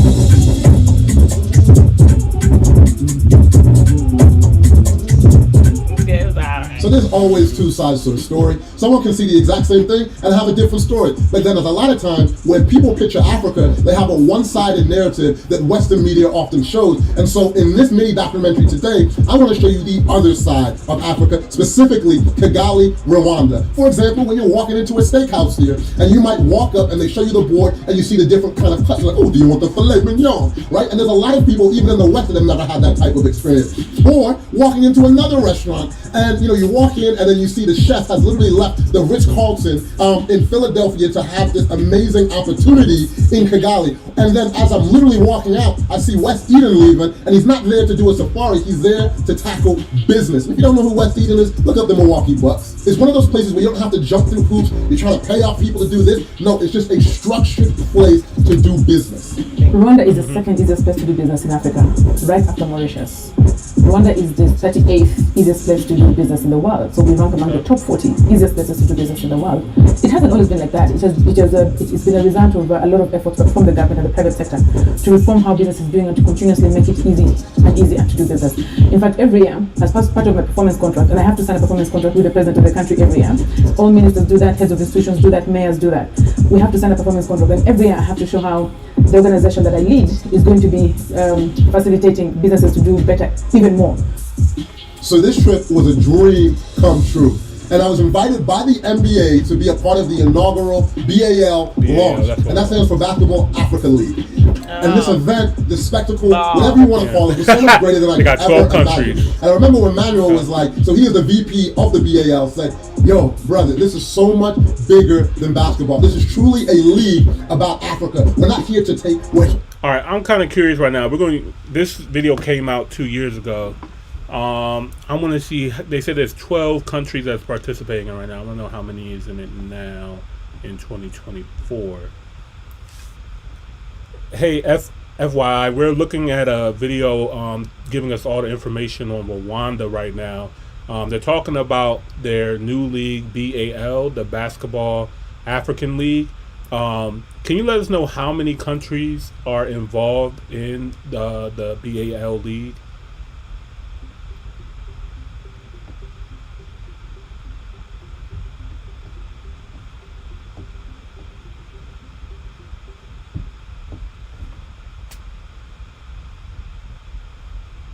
Sorry, y'all. The internet down here where we're at is like really slow, so it's not her. It's internet. Let me try connecting to the Wi-Fi again.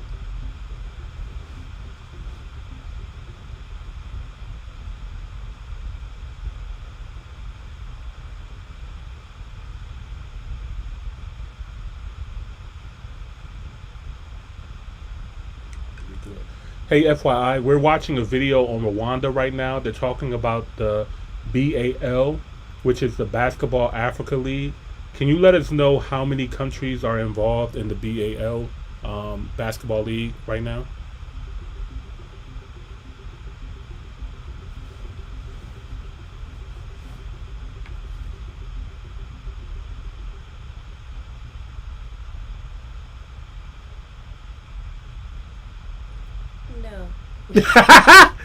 Yo, nah, this internet is blowing me right now.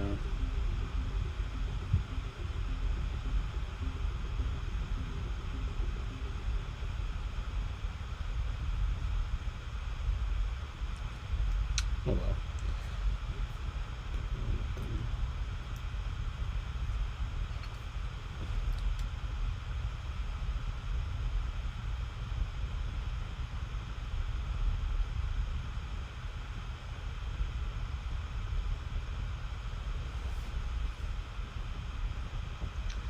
All right.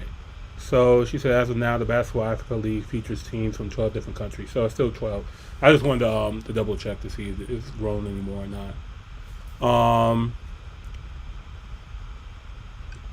Hey, FYI, which countries are involved in the BAL League? Just list off the country's name. We don't need the explanation on the countries.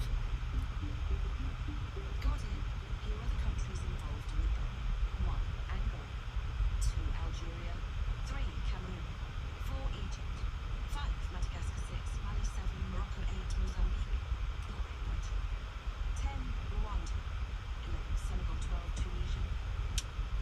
Cool. Thank you.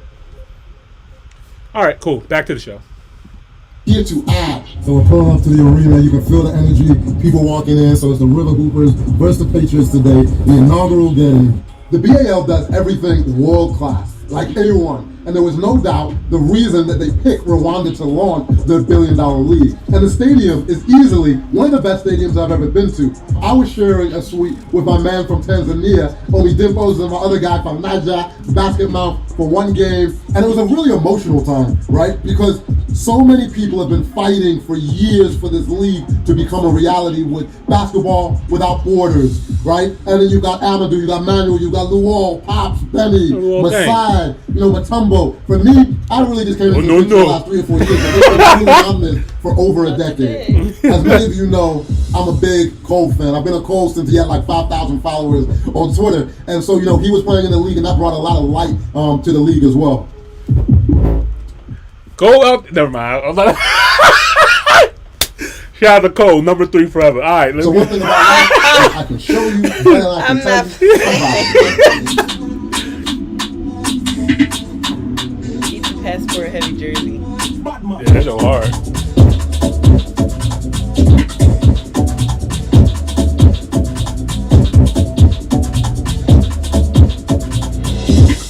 One of the most beautiful things about Rwanda and the people was their willingness to show me their country. Like, no, I have to take you around. Hi guys, this is Nicole. Today I'm rolling with Jabril and the entire Passport Heavy team, and I'm going to show them all of the hotspots of Kigali that they don't know yet.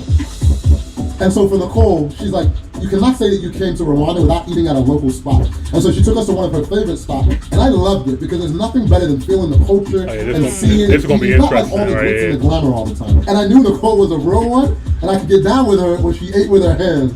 And then, next thing, Ant really enjoyed himself. And he's like, man, this is the best beer I've ever had. This beer, I should call it liquid gold, because it basically is liquid gold.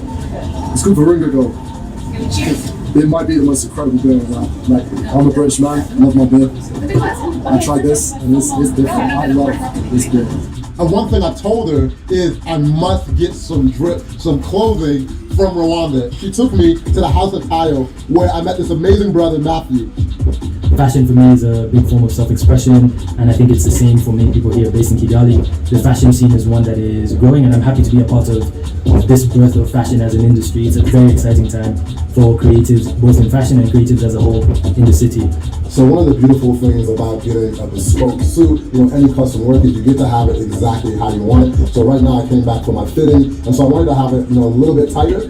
So it just basically has that rural, pristine fit. And so in the U.S., when you start getting brought us to Thousand Hill Distillery. And the crazy thing is I actually bought 4 bottles at the National Park before I even knew who they were. I just loved the design, and I was like, I love that it was built in Rwanda. So I was like, I wanted to support the local economy. And it was an honor to actually go meet the owners. And they have a beautiful place up in the hills about 70 minutes away from Kigali. And you can have lunch there, you can have cocktails, you can have some coffee with a view. It's easily worth the trip. And then she also took me to another amazing art gallery. So Neo Art Center was a whole experience as well. Man, this brother I still talk to today. We always chop it up on Instagram. And his energy was so infectious. And when I started to learn more about what he was up to, I realized about 40% of his art sales go to his foundation with helping the kids in the neighborhood and so many other things. I'll drop a link below if you want to find out more about it. And another crazy thing, like I said, get that outfit from Kayo, because that drank hard. Yeah, it's on fire, man. One thing I like with Rwanda, at least where he's showing us, like, typically when you travel, you start to notice that you see a lot of the same kind of art everywhere. I travel a lot, so I noticed when I was in Colombia in South America, and then I go to a place like Kenya, I'm like, this is the same art piece that I've seen in this other country, but if you're not well traveled, more about it. And another crazy thing, like I said, Cole was in town, and rumor has it, he picked up an art piece from here, a couple.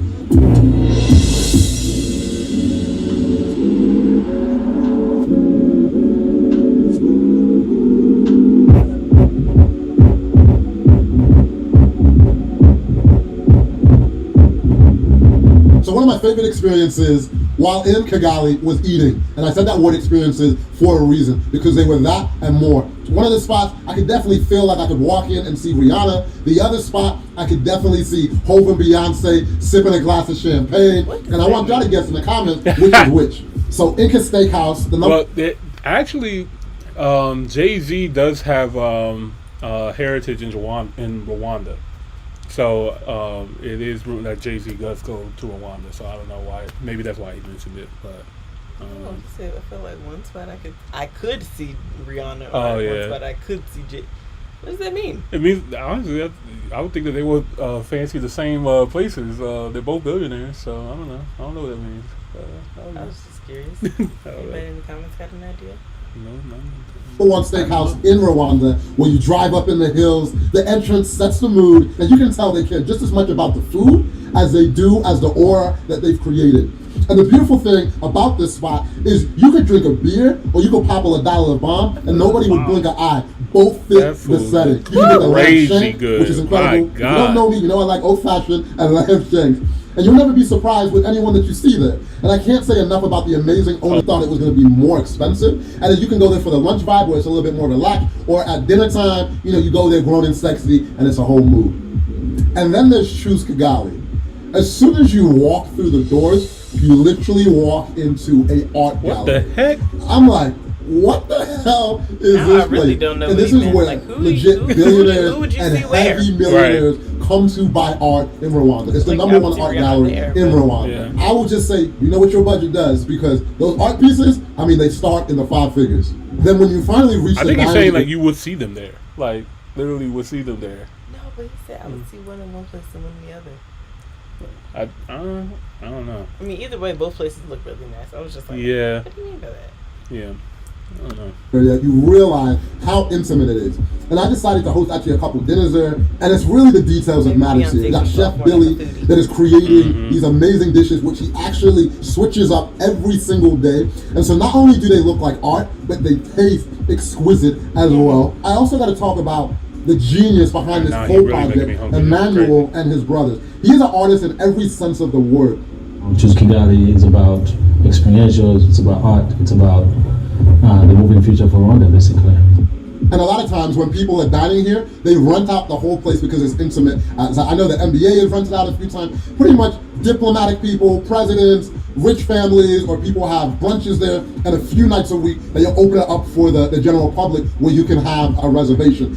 I won't even lie though. Of the 3 times I went there, I didn't have a bill less than 4 figures. Granted, I was paying for a few people while I was there. And that's another thing. People always think that I get everything for free. No, I was paying for these meals. We hit so many different spots, low end and high end. But I've been talking for a while. In case the IRS is watching, no, I paid. I got the receipts. You already vibe out and show them some of these places that we ate at.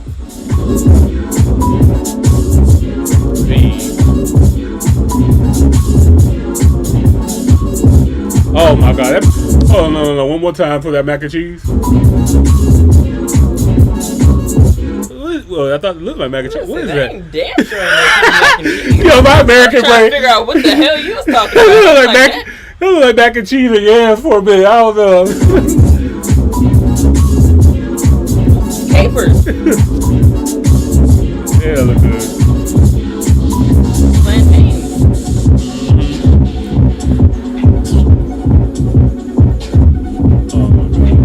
Now this is what you call fine dining. Look at it. It just look expensive. Bro, it's clean, man. Archery. So one of my favorite things I did was when we went up to visit in the hills at Fazenda. It was beautiful. They had this place that just seemed majestic. And you can enjoy fresh juice, wine with a view. This is how you know the country got money, when they got shit like this. Horse riding, which is so nice. And you can tell that they were well taken care of. But my favorite thing was the ATVs, because we really got to explore the local neighborhoods. There's a sense of pride that I could see in like every Rwandan that I've met. One of the best government leadership that I've experienced anywhere I've been. So I would give them, full credit for making the country work, for making the country so safe for the population of Rwanda, for people who live here, and for the visitors. For me, it was. So it says Rwanda has one of the highest rate of Ivy League students that return after graduation. So typically, and this is very common, when Africans on the continent come to Ivy League schools in America or in the UK, they go there, they make their money, they go right back home. Mm-hmm. And they say Rwanda is no different. So. I moved back home so many times and kept leaving. I hadn't found my space.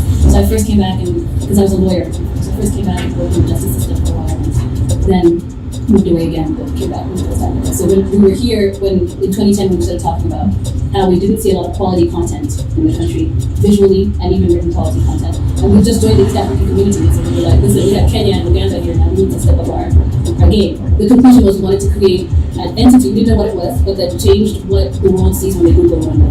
Because like you said, at the time in Google Images, it was just guerrillas and genocide. And there's so many other stories. But it was literally the whole first, second, third page was just that. The viewpoint was always a foreign viewpoint. Foreign journalists, foreign journalists. We were never looking for the good story.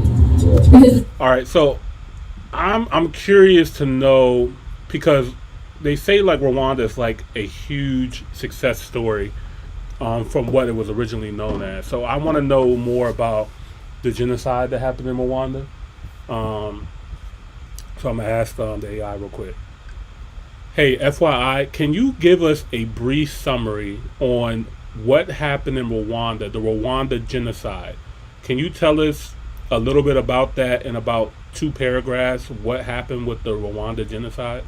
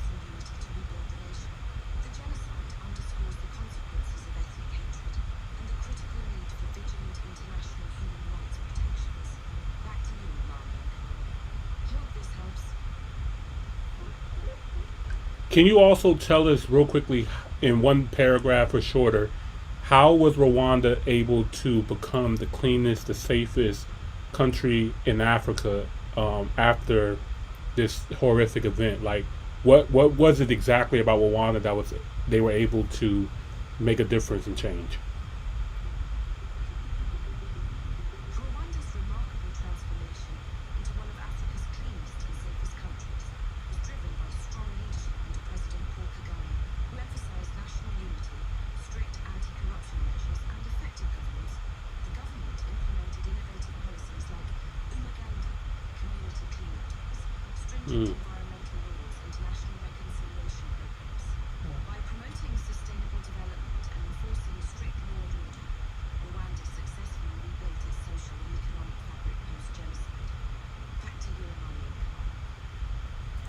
Wow.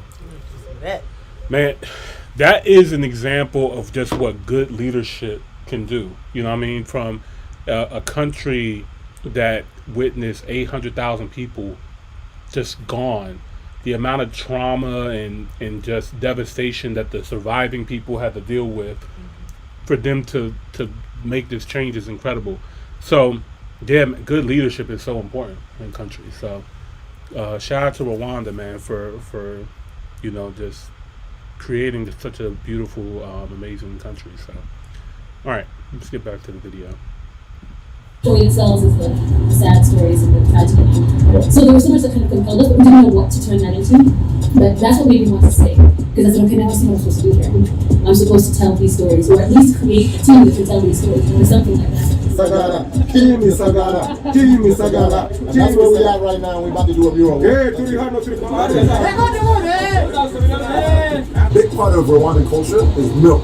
many places around the world, maybe milk and tea, but here they literally got more milk bars than actual bars. I don't know if that's a good thing or a bad thing, but it's reality. Kigali specifically to learn about how cows and milk are very important in one culture. In one culture, milk is considered as a very important drink. This was very interesting. As a welcoming. So milk is like a delicacy out there. So they be drinking cow milk as a sign of prosperity and wealth out there. Yo, this is so funny to me because I thought I'm thinking that most black maybe they milk different. Yeah, Rwanda built different. But no, I'm saying maybe they milk different. Oh yeah, maybe the milk is different. I'm pretty sure it's probably different because just got them big old sows. Ain't got them big American sows like we do. Everything grass fed, everything organic. Our milk bleached. We be drinking. They be drinking pus milk. Yeah, America definitely got pus milk, and they got the. Yeah, I say they. I'm not talking about the Rwandans. I'm talking about the Americans. Yeah, our bleached pus. Bleach pus is crazy. Oh my god, bleach pus is crazy. Sorry about whoever's cereal I just ruined, but that's what it is. I gave up on milk, man. I saw that documentary, What the Health, and I couldn't drink milk no more. So what was it for you? Was you just notice what made you want to stop drinking milk? Honestly, if you just listen to your body, it'll tell you. That's facts. Yeah, that's facts. We definitely gotta listen to our body more. I know I do. I just started doing I drink almond. a gallon of milk twice, 3 times a week. You're disgusting. But your bones are probably made of steel.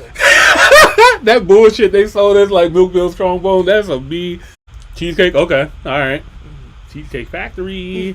Yo, you get you the they had like a cookie dough everything. Cookie dough is my favorite flavor. So I think I just like key lime pie. I keep it okay. really short with my dessert. Yeah. I feel you. But this is what America does too. Like, so even though they get hip to people realizing like, oh, milk is bad, so let's give them the alternative, the almond milk, right? So almond milk is like such a big thing. So I found out that almond milk is actually horrible for you too. What are you talking about? You look at it here. Bleach reusable. It's crazy.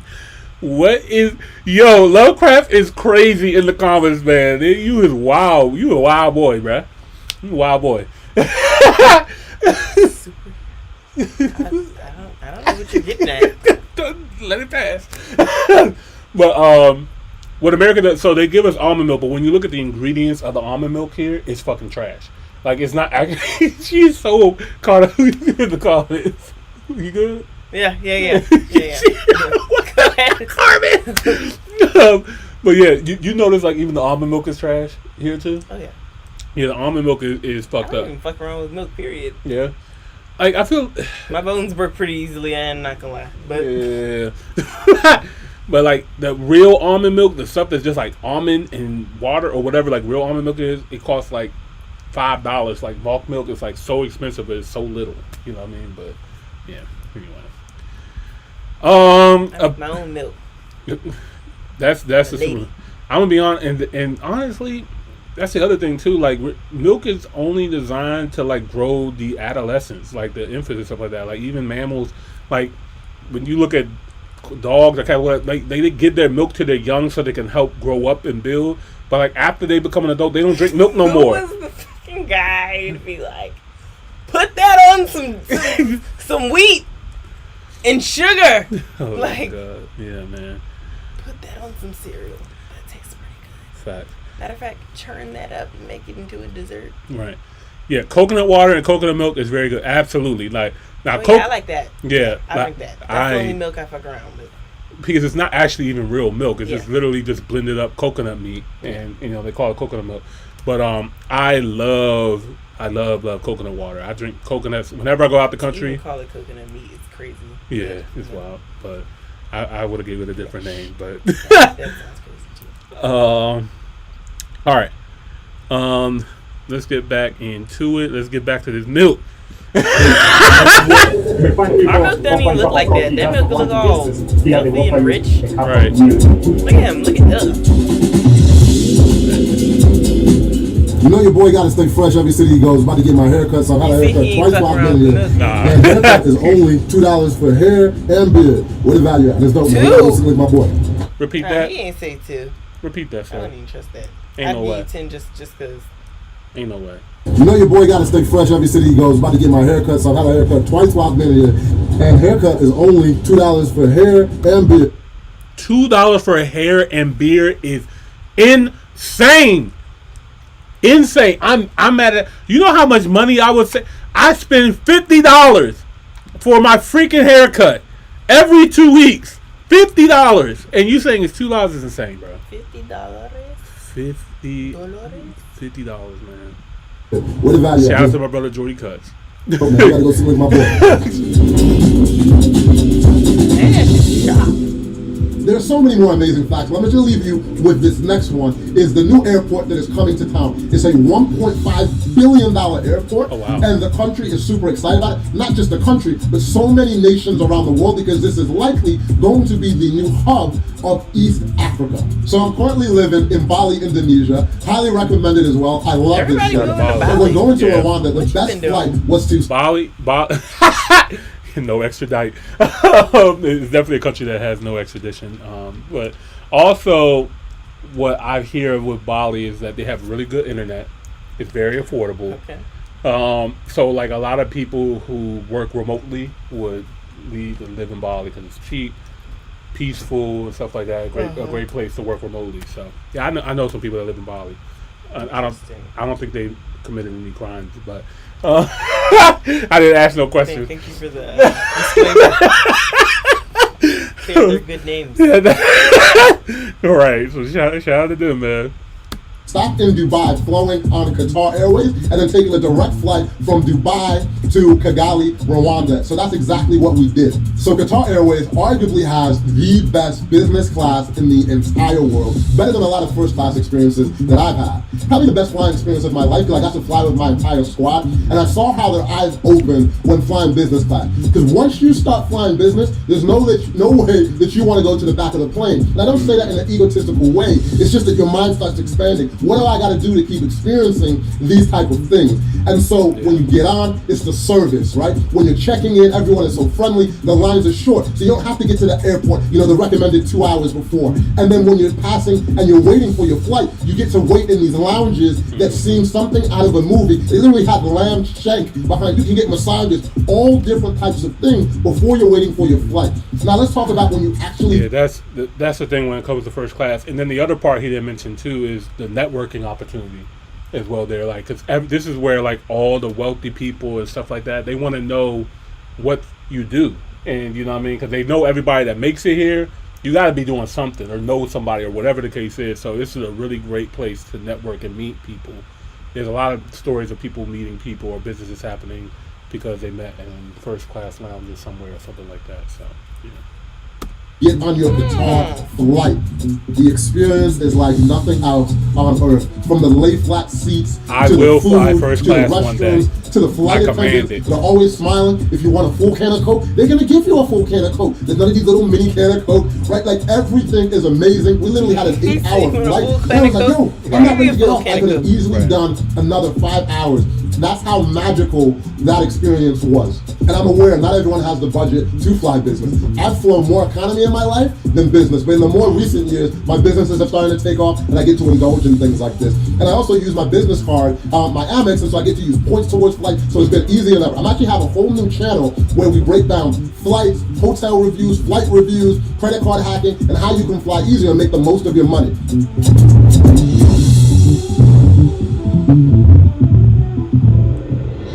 I gotta say, this trip was truly life-changing for me for the reasons of I didn't really know this standard of living was possible, right? I know good standards of living were possible in Africa, but the electricity, they're saying by 2024 they want to have every Rwandan with stable electricity. That's not a normal thing within Africa if I just keep it real, right? And then also the standard of living, how the economy has gone up and like the average, GDP per person is over $800 now.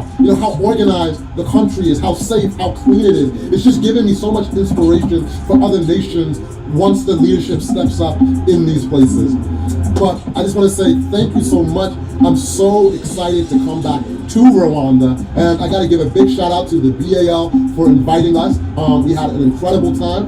Big shout out to that man behind the camera, Mr. Bandana Yuri, for shooting and editing this video. And make sure you check us out on Instagram because he has a lot of cool stuff done. Yes, he's cool with the big cameras, but he be doing some madness. Colombia, Cartagena. The iPhone, right? And also big shout out to Ant. He helped shoot a lot of this video as well. And then shout out to Talia. She helped put together a lot of this video. Major shout out to Mr. Isaiah McNeil, who always laces these videos with the most amazing scores. Thank you This team is crazy. for having such an amazing country, and everyone who supports us. Take care.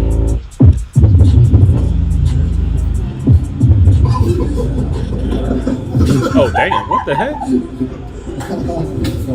It's too good. Your ain't no joke.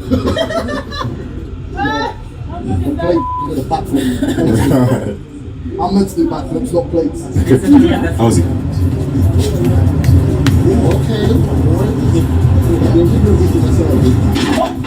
Oh damn! Oh my god! Why y'all do her like that? Oh no! Oh no! You bugging? No, you way too close. You are bugging.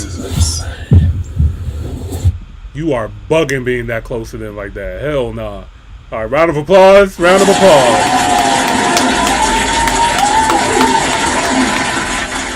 Once again, man, another incredible video from Passport Heavy. That music is fire too. But yeah, another incredible video from them. They do amazing work, as you guys can see, on showcasing different countries. And this Rwanda video was absolutely fire, absolutely inspiring. Because before this video, honestly, I didn't know much about Rwanda at all. I heard about the movie Hotel Rwanda, and heard a little bit about the genocide, but not too much. But now, seeing this and having this be such a incredible story for the country to bounce back from this tragic event and be able to create this beautiful land. It's inspiring. It's dope. It makes me want to come out and visit now. It's definitely been added to my travel list for sure. Just to experience it, like I look at this as like this is African luxury at its finest. Like if you want to experience Africa at a premium, Rwanda will probably be the country to go to. So, right. Yeah. Carmen, what did you think of Rwanda? I know this was like your first time pretty much taking eyes on it like this. So it was beautiful. It's like opened my eyes to a whole nother side. I'm like, South Africa isn't the only luxury. Right. Like there's many other luxuries to the continent. Yeah. I definitely want to tap into his other channel as well, just to like get some travel tips as well as get some more ideas as to where to touch bases in these places in the country. Yeah. But Rwanda is beautiful. Yeah. I'm like, okay, fly us out. Right.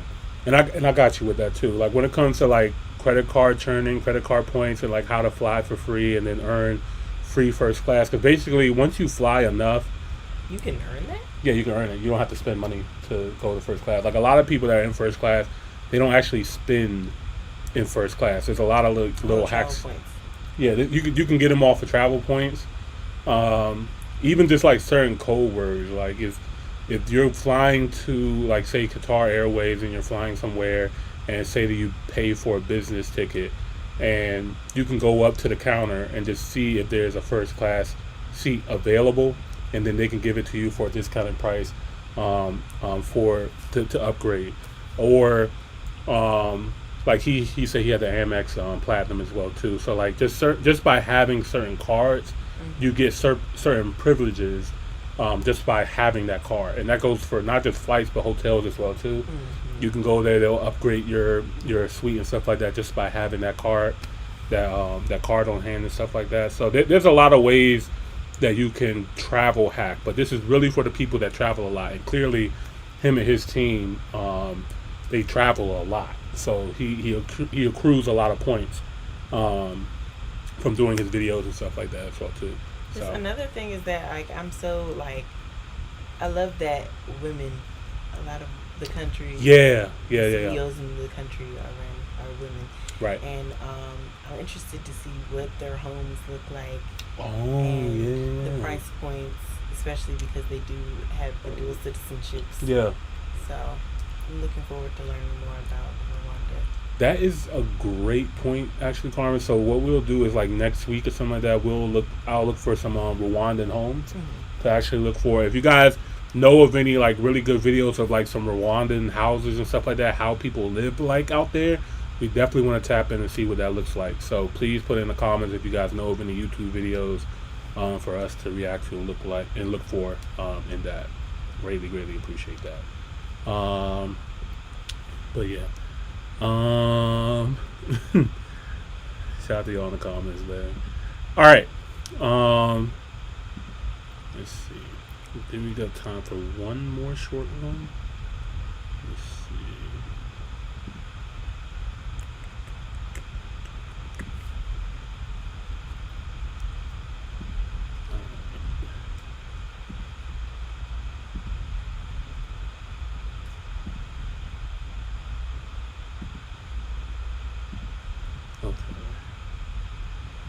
Would you pick between this one? We said, what Rwandan women think of Black Americans, or life in Ghana?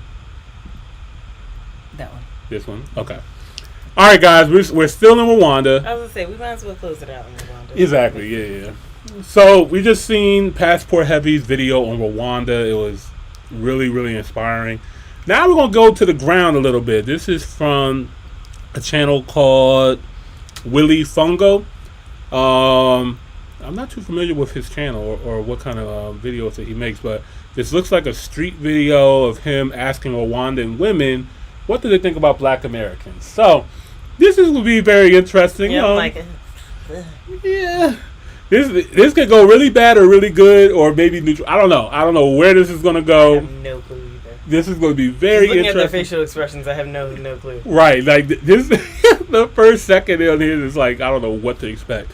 If you guys are new here, this is a show dedicated to bridging the gap between the cultures, Africans on the continent and Africans in the diaspora.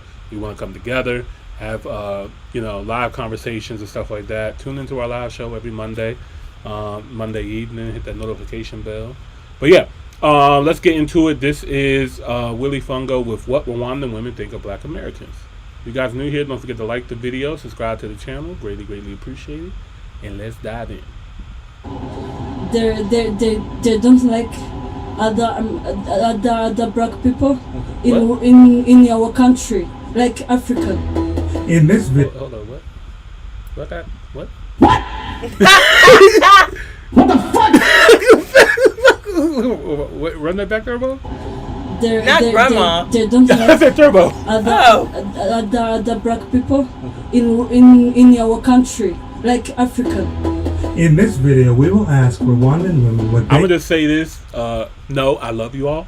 I love Africans. I love black people around the world. You know what I mean? I look at all of us as one. Whenever I come out, I've been to Africa 3 times. I've been to Kenya, Tanzania, and Ghana so far. Every single country I've been to, very welcoming, very amazing people. I love Africans. So, all right, get that out of the way. Think about Black people in America.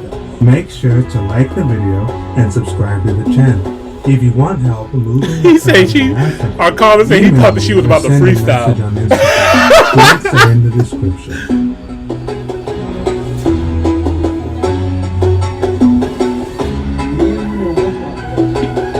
Not our first victim. Okay, so what's your name? Joy. And what do you do? And I'm still a student. Okay. Yeah. So I have some questions for you. Is that okay? Yeah, it's okay. So what do you think about Black people from America? I think that Black people are somehow mean, but they're also cool. Me, I like them. First off, what do you think about Black people in America? I think of them like they're our people. Okay. I mean, African people lives there. Nothing much. So there's no difference, really? There's no difference. Are you sure To about me, that? yeah. So what's your name? My name is Grain Mtesi. And what do you do? I'm barista. A barista? I'm making a coffee. Okay, cool. Yeah. So, my first question is, what do you think about black people in America? Black people American, I think is like an African people but born in America. Yeah. So basic. She got it. Hold up, no man. What? Hold up. Let her say that again. About black people in America. Black people American, I think is like an African people but born in America. African people were So born in basically the same. Okay, I'm like, I was like, I still didn't get Same for what? I got the impression that these women were being polite and not telling me the whole story. So I found a bold lady who would tell us how she really feels. Oh, okay. All right, bet. There you go. Okay, yeah.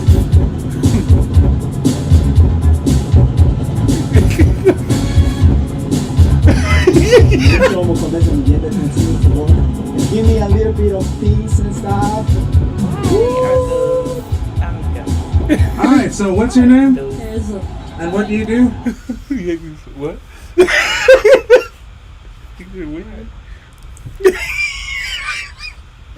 I'm sorry. Why? Get it out. What do you gotta say? Look, I got your back. Why are those the shoes you chose to wear with that dress?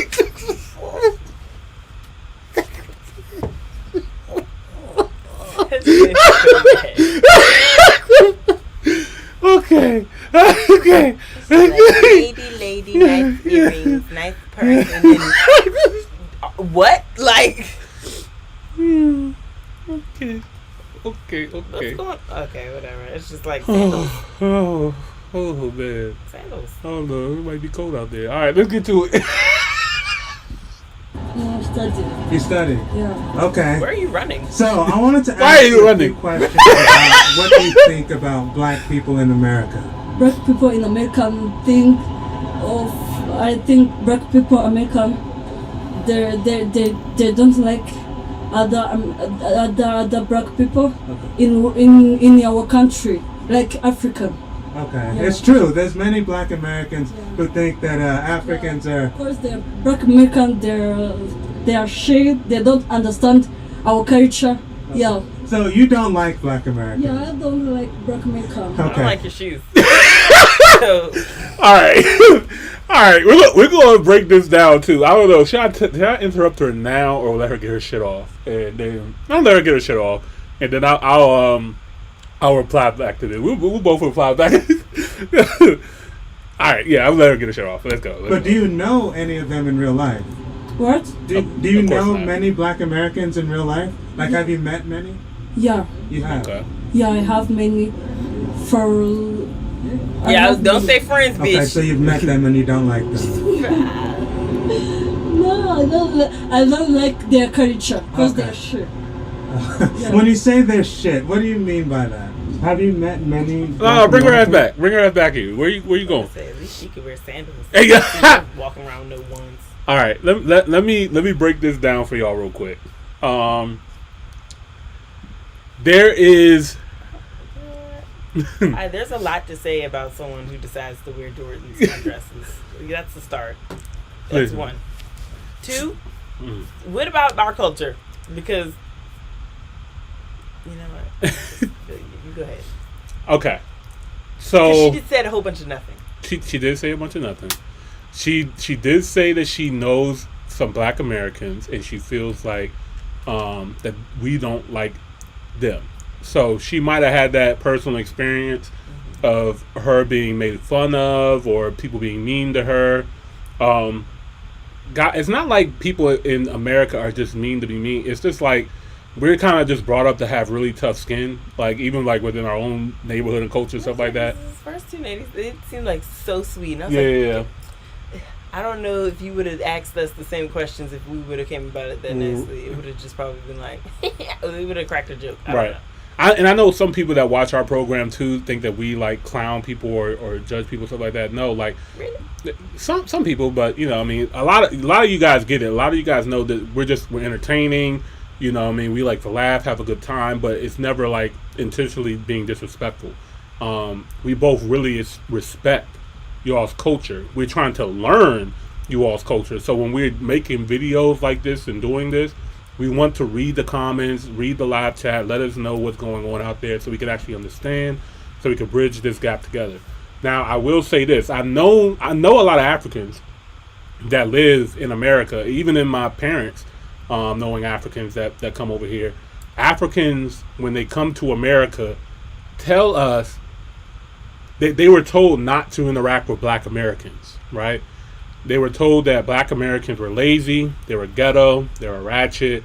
Everything that you see on TV, like the hip hop, the gangster rap, the sexy red stuff, like that is all of black American culture, which is not.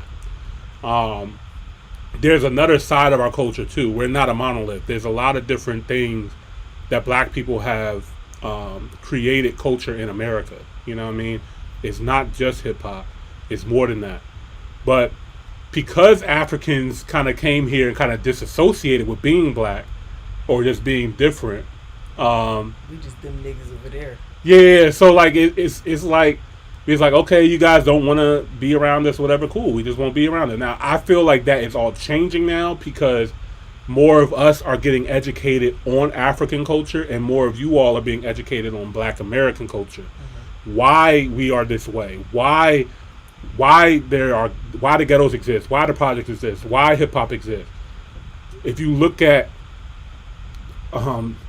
after slavery, from Jim Crow, mass incarceration, redlining, it's not like we chose to be this way. We were systematically prevented from participating in American wealth for decades.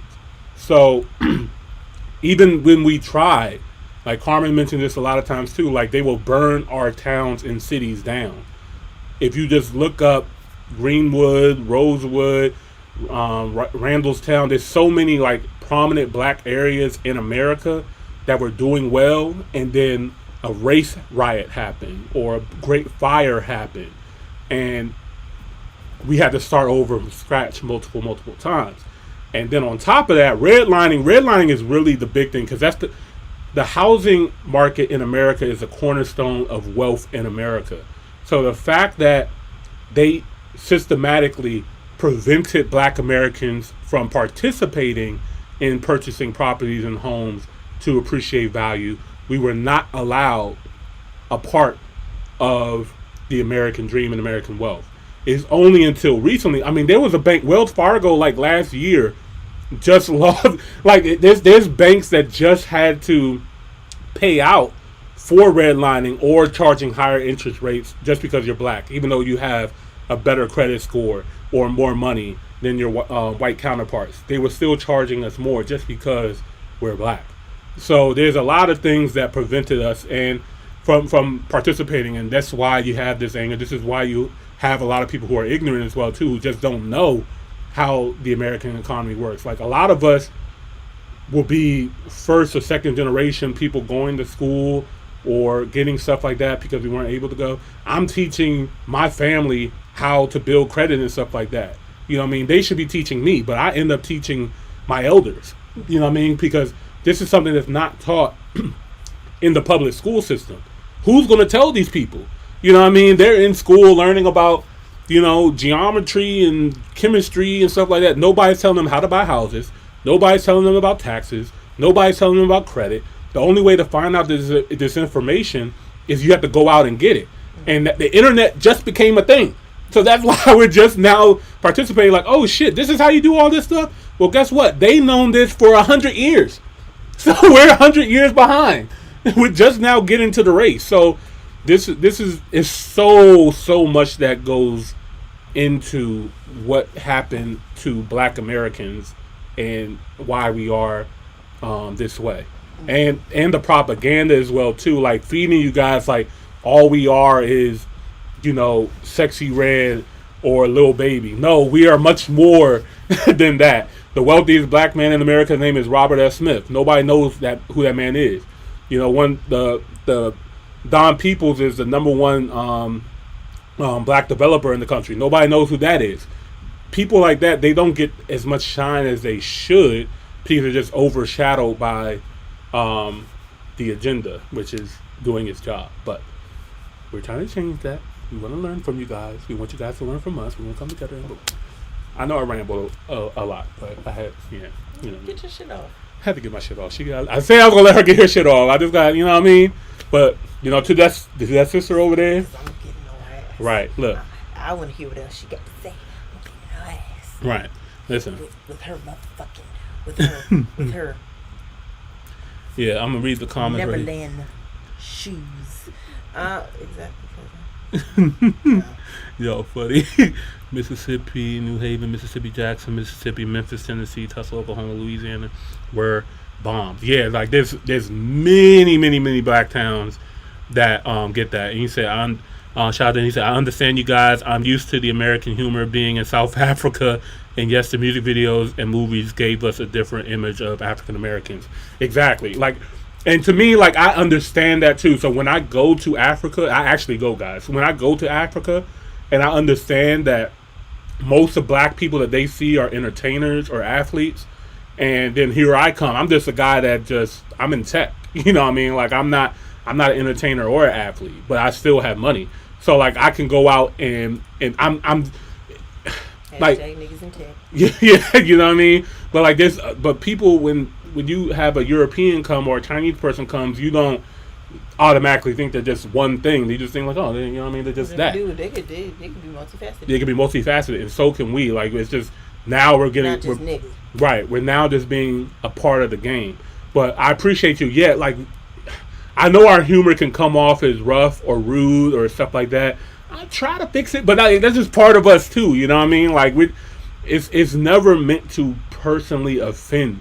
You know what I mean? Like, we just laugh and have a good time, have a good jokey joke. That's it. We love y'all though. You know what I mean? This is how we joke with our family and our friends too. We be joking on niggas. We you know what I mean? Like, this is how we talk. Anyway. Love you. Love y'all out there, man. Love the sister in the red too with the sneakers on. Anyway. I don't love you. To the video. Hey there, shit. What do you mean? I'm not a big fan of you. I'm gonna let you finish that. Oh my God, she might have more to say. Have you met many Black Americans in Rwanda? No, I've not. It's not many, just few of them. So your experience of Black people in America comes from like television? Or like music. Television, news, and those. That's what those. Propaganda. Oh God! You see those? I don't know. I mean those talking show like the. Yeah. Okay, so shows. Yo, Lovecraft is crazy. Have you met many Black people from America? Of course. Have you met many Black people from America? Not many of them. But I feel like she's the only one telling the truth. Right. So, what are the differences between the African American and Rwandan cultures? Let's find out. Now, what would you say is the biggest cultural difference between Black people in America and people in Rwanda?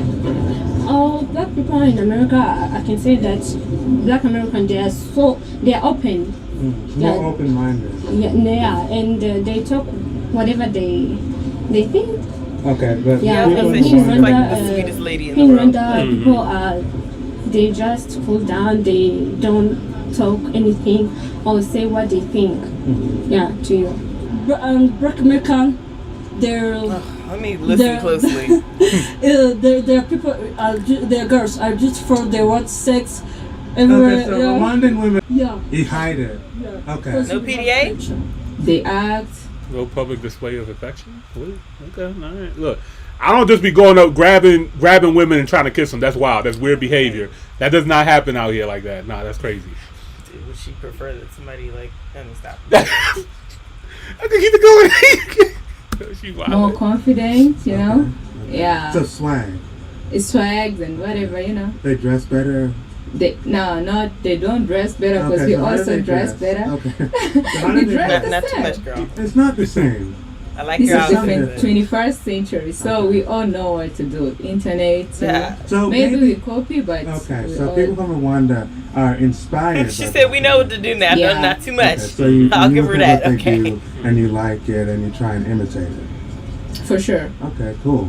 If you love someone, Before she started talking, I was about to say, don't piss me off. I noticed that, and this is something that I learned from all the African countries I've been to. Like, they admit, like, they're influenced by our fashion or the way how we dress or talk and stuff like that. Like, I remember going to Kenya and having people, sounding like they were, or acting as if they were American. You know what I mean? So, like, we do have influence. But, you all's culture is, I think, is also dope as well, too. What the hell? Oh, shit. The microphone sounded crazy. But yeah, I think that everybody's culture is different. We can all learn from each other. Like, I know when I went to Kenya, I bought a couple of pieces out there that I love wearing. They're comfortable. I think they look dope. I wear them out here and stuff. But the comments y'all funny, man. But yeah, man. All right. For sure. Okay, cool. if you love someone, someone you love, you love. Like, what are you talking about? One boyfriend, and then black American, they have many. Okay, so Like, he can't even keep a straight face. What are you talking about? What are you talking women about? What are only you have talking about? What are you one talking about? boyfriend. But in America, women have many boyfriends. Yeah, of course. But see, I think it's the opposite. Okay, so you're saying the clothing. How so? There was okay. You're wearing a t-shirt and He- you can't do the sex. So, what about dating? You can't do the sex. So, what about dating? Oh, shit. If you don't have husband, you can't do the sex. Okay, so would you date a man, a black man from America? Yeah, why not? Okay. But if you don't match your energy, why would you date them? I didn't say that they don't match my energy, but sometimes it's not many of them, but some of them. Okay, cool. Yeah. Now, would you date a man, a black American man? Yeah, I can. Have you ever? No, not really. What do you think the experience would be compared to a Rwandan man? I don't think there is much difference to me because we kind of understand each other in the both sides. Okay. Yeah. Now, I would will you show you a date a difference. man from Okay. America? No, because I don't like it. You don't like it. Why? Yeah, because Somebody played in her face. understand our Okay. culture. Would you date? She is scarred. She is She traumatized. said, no. She is traumatized. Who did she meet? Somebody played in her face real bad. Who went out there and traumatized this lady? She traumatized Yes, red of course. sneakers. Okay, would you prefer to date a man from America compared to Rwanda? Because many of my viewers are black American men, and they want to come to Rwanda. So, if they come to Rwanda, will they have any problem meeting a beautiful woman like you? Yes, of course. No problem. Yeah. Okay, so you prefer to date a black American? Yes, of course. Okay. Because there's no difference. There's no difference. If I have Except the him, clothing. yes, if I have him and they love me too, nothing. Okay. Many Americans think that women in Africa would do anything to move to the United States, but the reality is a little bit more. Do you have your passport? Did you get your shots? Girl, do you like to come back with Robert to America? America. Do you have your passport? Did you get your shot? Girl, would you like to come back with Rob to America?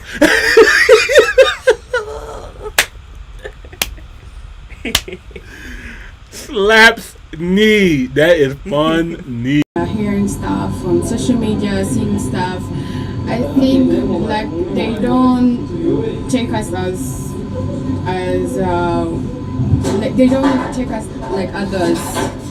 I don't know if they think we are not good enough, we are not that intelligent. I don't know, but I think they treat black in America differently from like white people. Okay, so you think there's discrimination, racism against black people? Exactly. Because I see they shoot people. They don't understand that you can have like a restaurant like this while you are black. They think maybe you are a thief or that propaganda is strong in Rwanda, man. Good, or that you can be a hard worker. Yeah. Now, what do you think about America as a country? Would you live there or what? I would love to live there because there's more opportunities over there. You can make a lot of money over there. Call us some niggas. You know, Okay. it's good. It's But like have you the heard best about like the news stories like police brutality and things like that? I did, but I think you can avoid it. Okay. From the Let me. Oh, you just don't know. Ask any of your African friends who have lived in America for a period of time. They find out it doesn't matter what your accent. Your accent might help you get away with certain things, but originally they're gonna say, still nigga." You know what I mean? So black is still black over here. It doesn't matter what country you come from. They look at you all. They look at us all as just black. You know what I mean? Nigga, it's still nigga. Yeah, nigga, still nigga, man. It would be nice to just say like, yeah, I just want to avoid it, but no, actually, it doesn't work that way. Imagine it really if, doesn't. like, you say nigga a magic number amount of times and YouTube just flags you like, relax, chill out. You didn't hit your 100,000th time. Yeah. Gotta flag you. Right. Yeah, I mean, it would be nice to just be able to avoid racism and stuff like that, but the truth of the matter is, it could happen at any time, and it could be the least expected. You could be the nice people, yes, but that one time could scar you. You know what I mean? Like I said, I've been pulled over many times. I'm not a criminal. I never committed no crime, but that does not stop me from getting pulled over. I didn't do that So, to you. I have been pulled. It's guys, not funny, but you just gotta laugh the trauma away. Yeah, you gotta laugh the trauma away. It is what it is, man. Like I almost died to a police officer for mistaking me for somebody else just because of what I look like. So, is that my experience every time I get pulled over by the police? No, but I almost lost my life. I was almost a hashtag. You know what I mean? You ain't gotta get pulled over. You can be calling for help. Yeah, you could be the one calling them. You know what I mean? So there's a lot of people. He's still here. Right.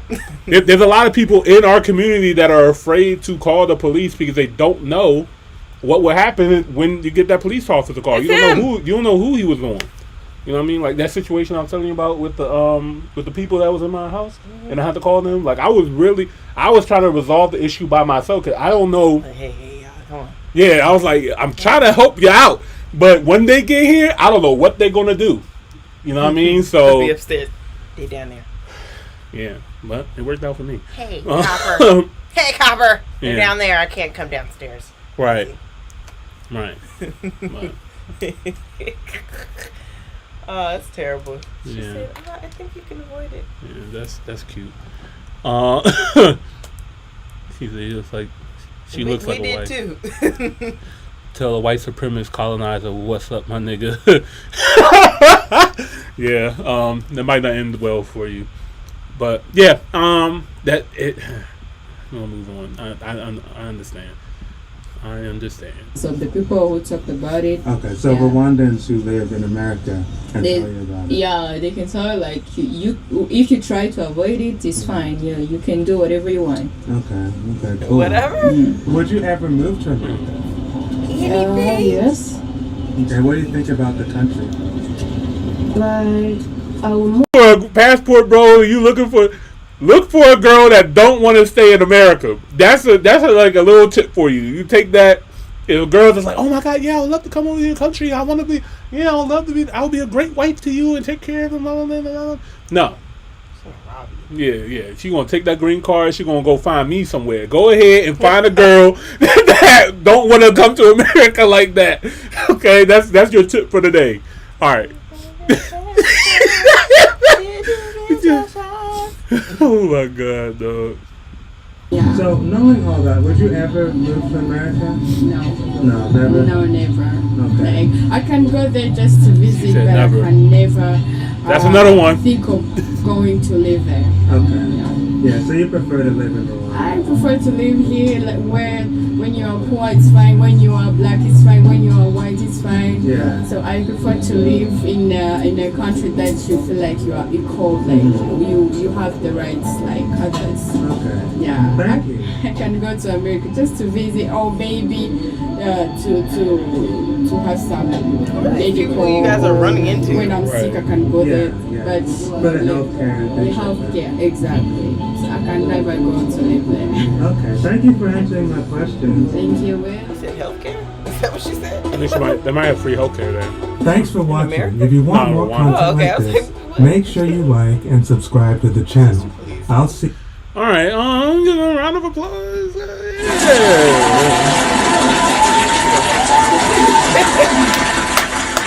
You said or a womp wow. Okay, so this actually was only a year old. Dragged us to the filth. Okay. This is important, man. Like, propaganda is so strong, and every country is going to see us in a different light. You know what I mean? Like, Ghanaian been to America, or like no people have been to America, and might have a different idea of what Black American experience is like and what the culture is like, compared to maybe some other countries who've never been to America, or is being fed only certain information.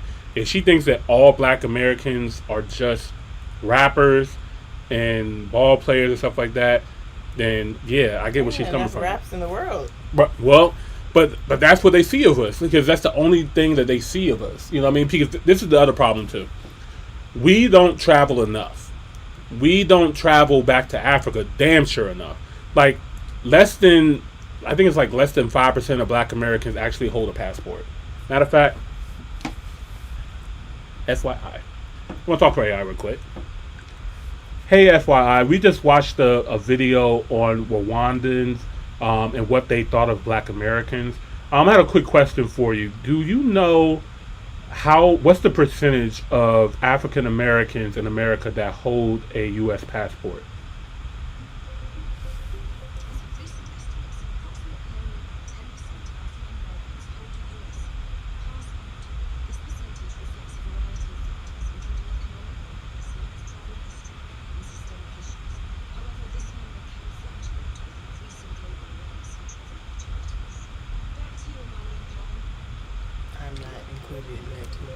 Right. So think about this, guys. So we're only 13% of the population, allegedly. And then from that percentage, only 10% of us actually hold a U.S. passport. So that's a very small minority. And then probably even half of that are people who are actually traveling outside the country. And when half of them in the military. Right, that. And then from there, if they're going to travel, they're going to go to the Caribbean or somebody close by, maybe Europe, but to go all the way to the other side of the world, especially Africa, especially when we're being propagandized by what is what is actually being shown out there, there's no we don't see a reason to come to Africa until we look at like a Passport Heavy, or until we look at like a Walter Maya or a Steve Nduku, or less propaganda. Like when we starting to see more, you guys, that's why YouTube is so amazing. That's why I love that we're doing this show, because now we can actually see what Africa actually looks like. Like we can now see why it would be good to go over there. Like I remember when I went to Tanzania, I met a brother out there, and he asked me like, "Yo, why don't you guys come and visit us? Like I see Chinese come here, Indians come here, Europeans come here, but Black Americans don't come to Tanzania. Why? Zanzibar is beautiful. Like there's so much to see and stuff like that. And you guys treated me extremely well when I went out there. But I just told them like we just don't know about you all. They purposely keep us from learning about you all. Like they beat us. They beat out of us our want to come home to Africa, our language, our culture, everything. And then they replaced it and say, all you guys live in huts, live with animals, and that's what we see on TV and stuff like that. The same way how you guys see the rappers and stuff like that over here, on the other side of it, all we see is, safari and poor African people. when I know and Carmen knows that's not the case. But there's a lot of ignorant people in this country who do not know that yet. So we got to fix that. We got to get more people traveling. Because now, if we can move this number up to 20% or 30% of black people having passports and having more black people coming to visit Africa, then maybe her experience with black Americans will be different. You know what I mean? Because more of us are going out there. She gets to learn. Like when I went to Ghana, when I went to Tanzania, when I went to Kenya, I know I left different impressions on what black Americans look like, act like, talk like with me being out there. You know what I mean? And so hopefully more of us can go out there and help change the narrative. So let's read in the comments right here. So he said, hey fam, what's poppin'? It's early morning here in Europe. Glad to absolutely. He said they don't want African Americans to know their true power. They absolutely don't. When African Americans and Africans come together, like, bro, like, come on now. Shout out to you, the Grand Rising family member worldwide. How y'all doing? Sorry, I was pissed off when I saw one race visit and only listen to black news. Yeah, man. Like, so we're gonna change the narrative for you guys, man. But, woo, man, what an episode. What a video to end off on. Very different. Shout out to Rwanda, though. I'm sure as more black Americans come out there, it'll probably change the perspective. But Rwanda is expensive. And I know, like, economically, a lot of black people in America, they may not get to Rwanda for a while. Like, you know, they might see a Ghana, Nigeria, South Africa, or a Kenya first before going to Rwanda. But, yeah. All right. Carmen, got any last thoughts for Hey, this? as long as he touch feet on the soil of the continent. Yeah, for sure. Baby steps. Baby steps, but we're gonna get there though. We're gonna get there. Especially if you sponsor the Top Hill Podcast, we can help this movement grow even more. All right, guys, I want to thank you all so much for tuning in to another episode of the Top Hill Show. We hope to see you guys again next week. Greatly appreciate everybody for being here. Carmen, any last words for the people? We love you guys. And then shout out to our AI, FYI, man. Oh, yeah. Hey, FYI, we're about to close out the show now. Can you say goodbye to our guests real quick?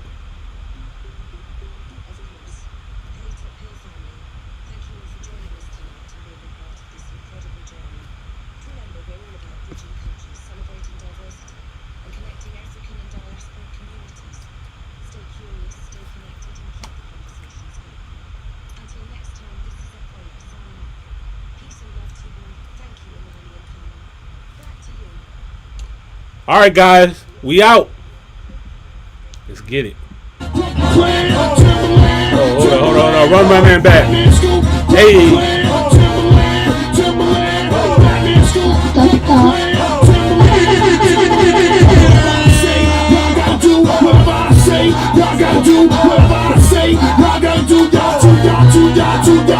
Oh, Lord, guess who's coming? Timberland, aka Bill Drummond. Who gon' get it crunk like me, Timberland? All my niggas Scoop, aka Fat Man.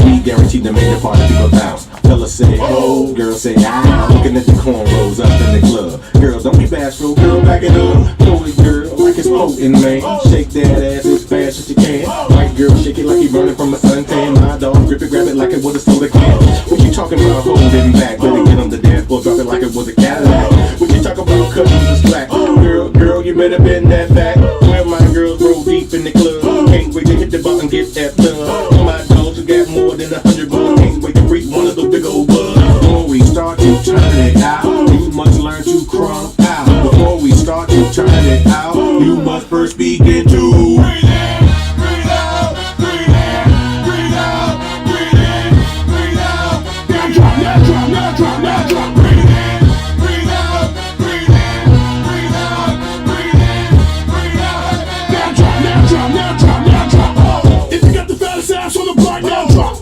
Let a nigga see the coochie block, now drop. Do the snake, do the freak, do the rock, now drop. No, don't stop, don't stop.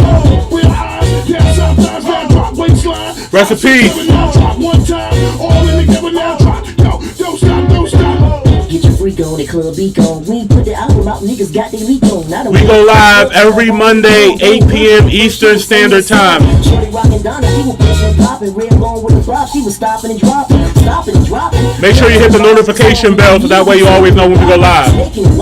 Yeah, whole mag make it song. Y'all niggas still popping and locking. You ain't no zone and you the white girl. Ain't turbo, rocking the damn crew.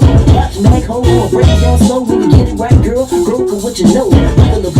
Stop, drop, get up, stick, freak, rock. Go twice, you done lost your chance. Can't stop for big pun, stop for big fun. Drop for big girl, drop for big girl. If you got the fattest ass on the block, now drop. Let a nigga see the coochie block, now drop. Do the snake, do the freak, do the rock, now drop. Yo, don't stop, don't stop. We're high, down south, dive, now drop. Wait, slide, 5, 6, 7, now drop. One time, all in together, now drop. Yo, don't stop, don't stop. Guess who came with a cake in his back? Who left us a jail? I back to Cadillac.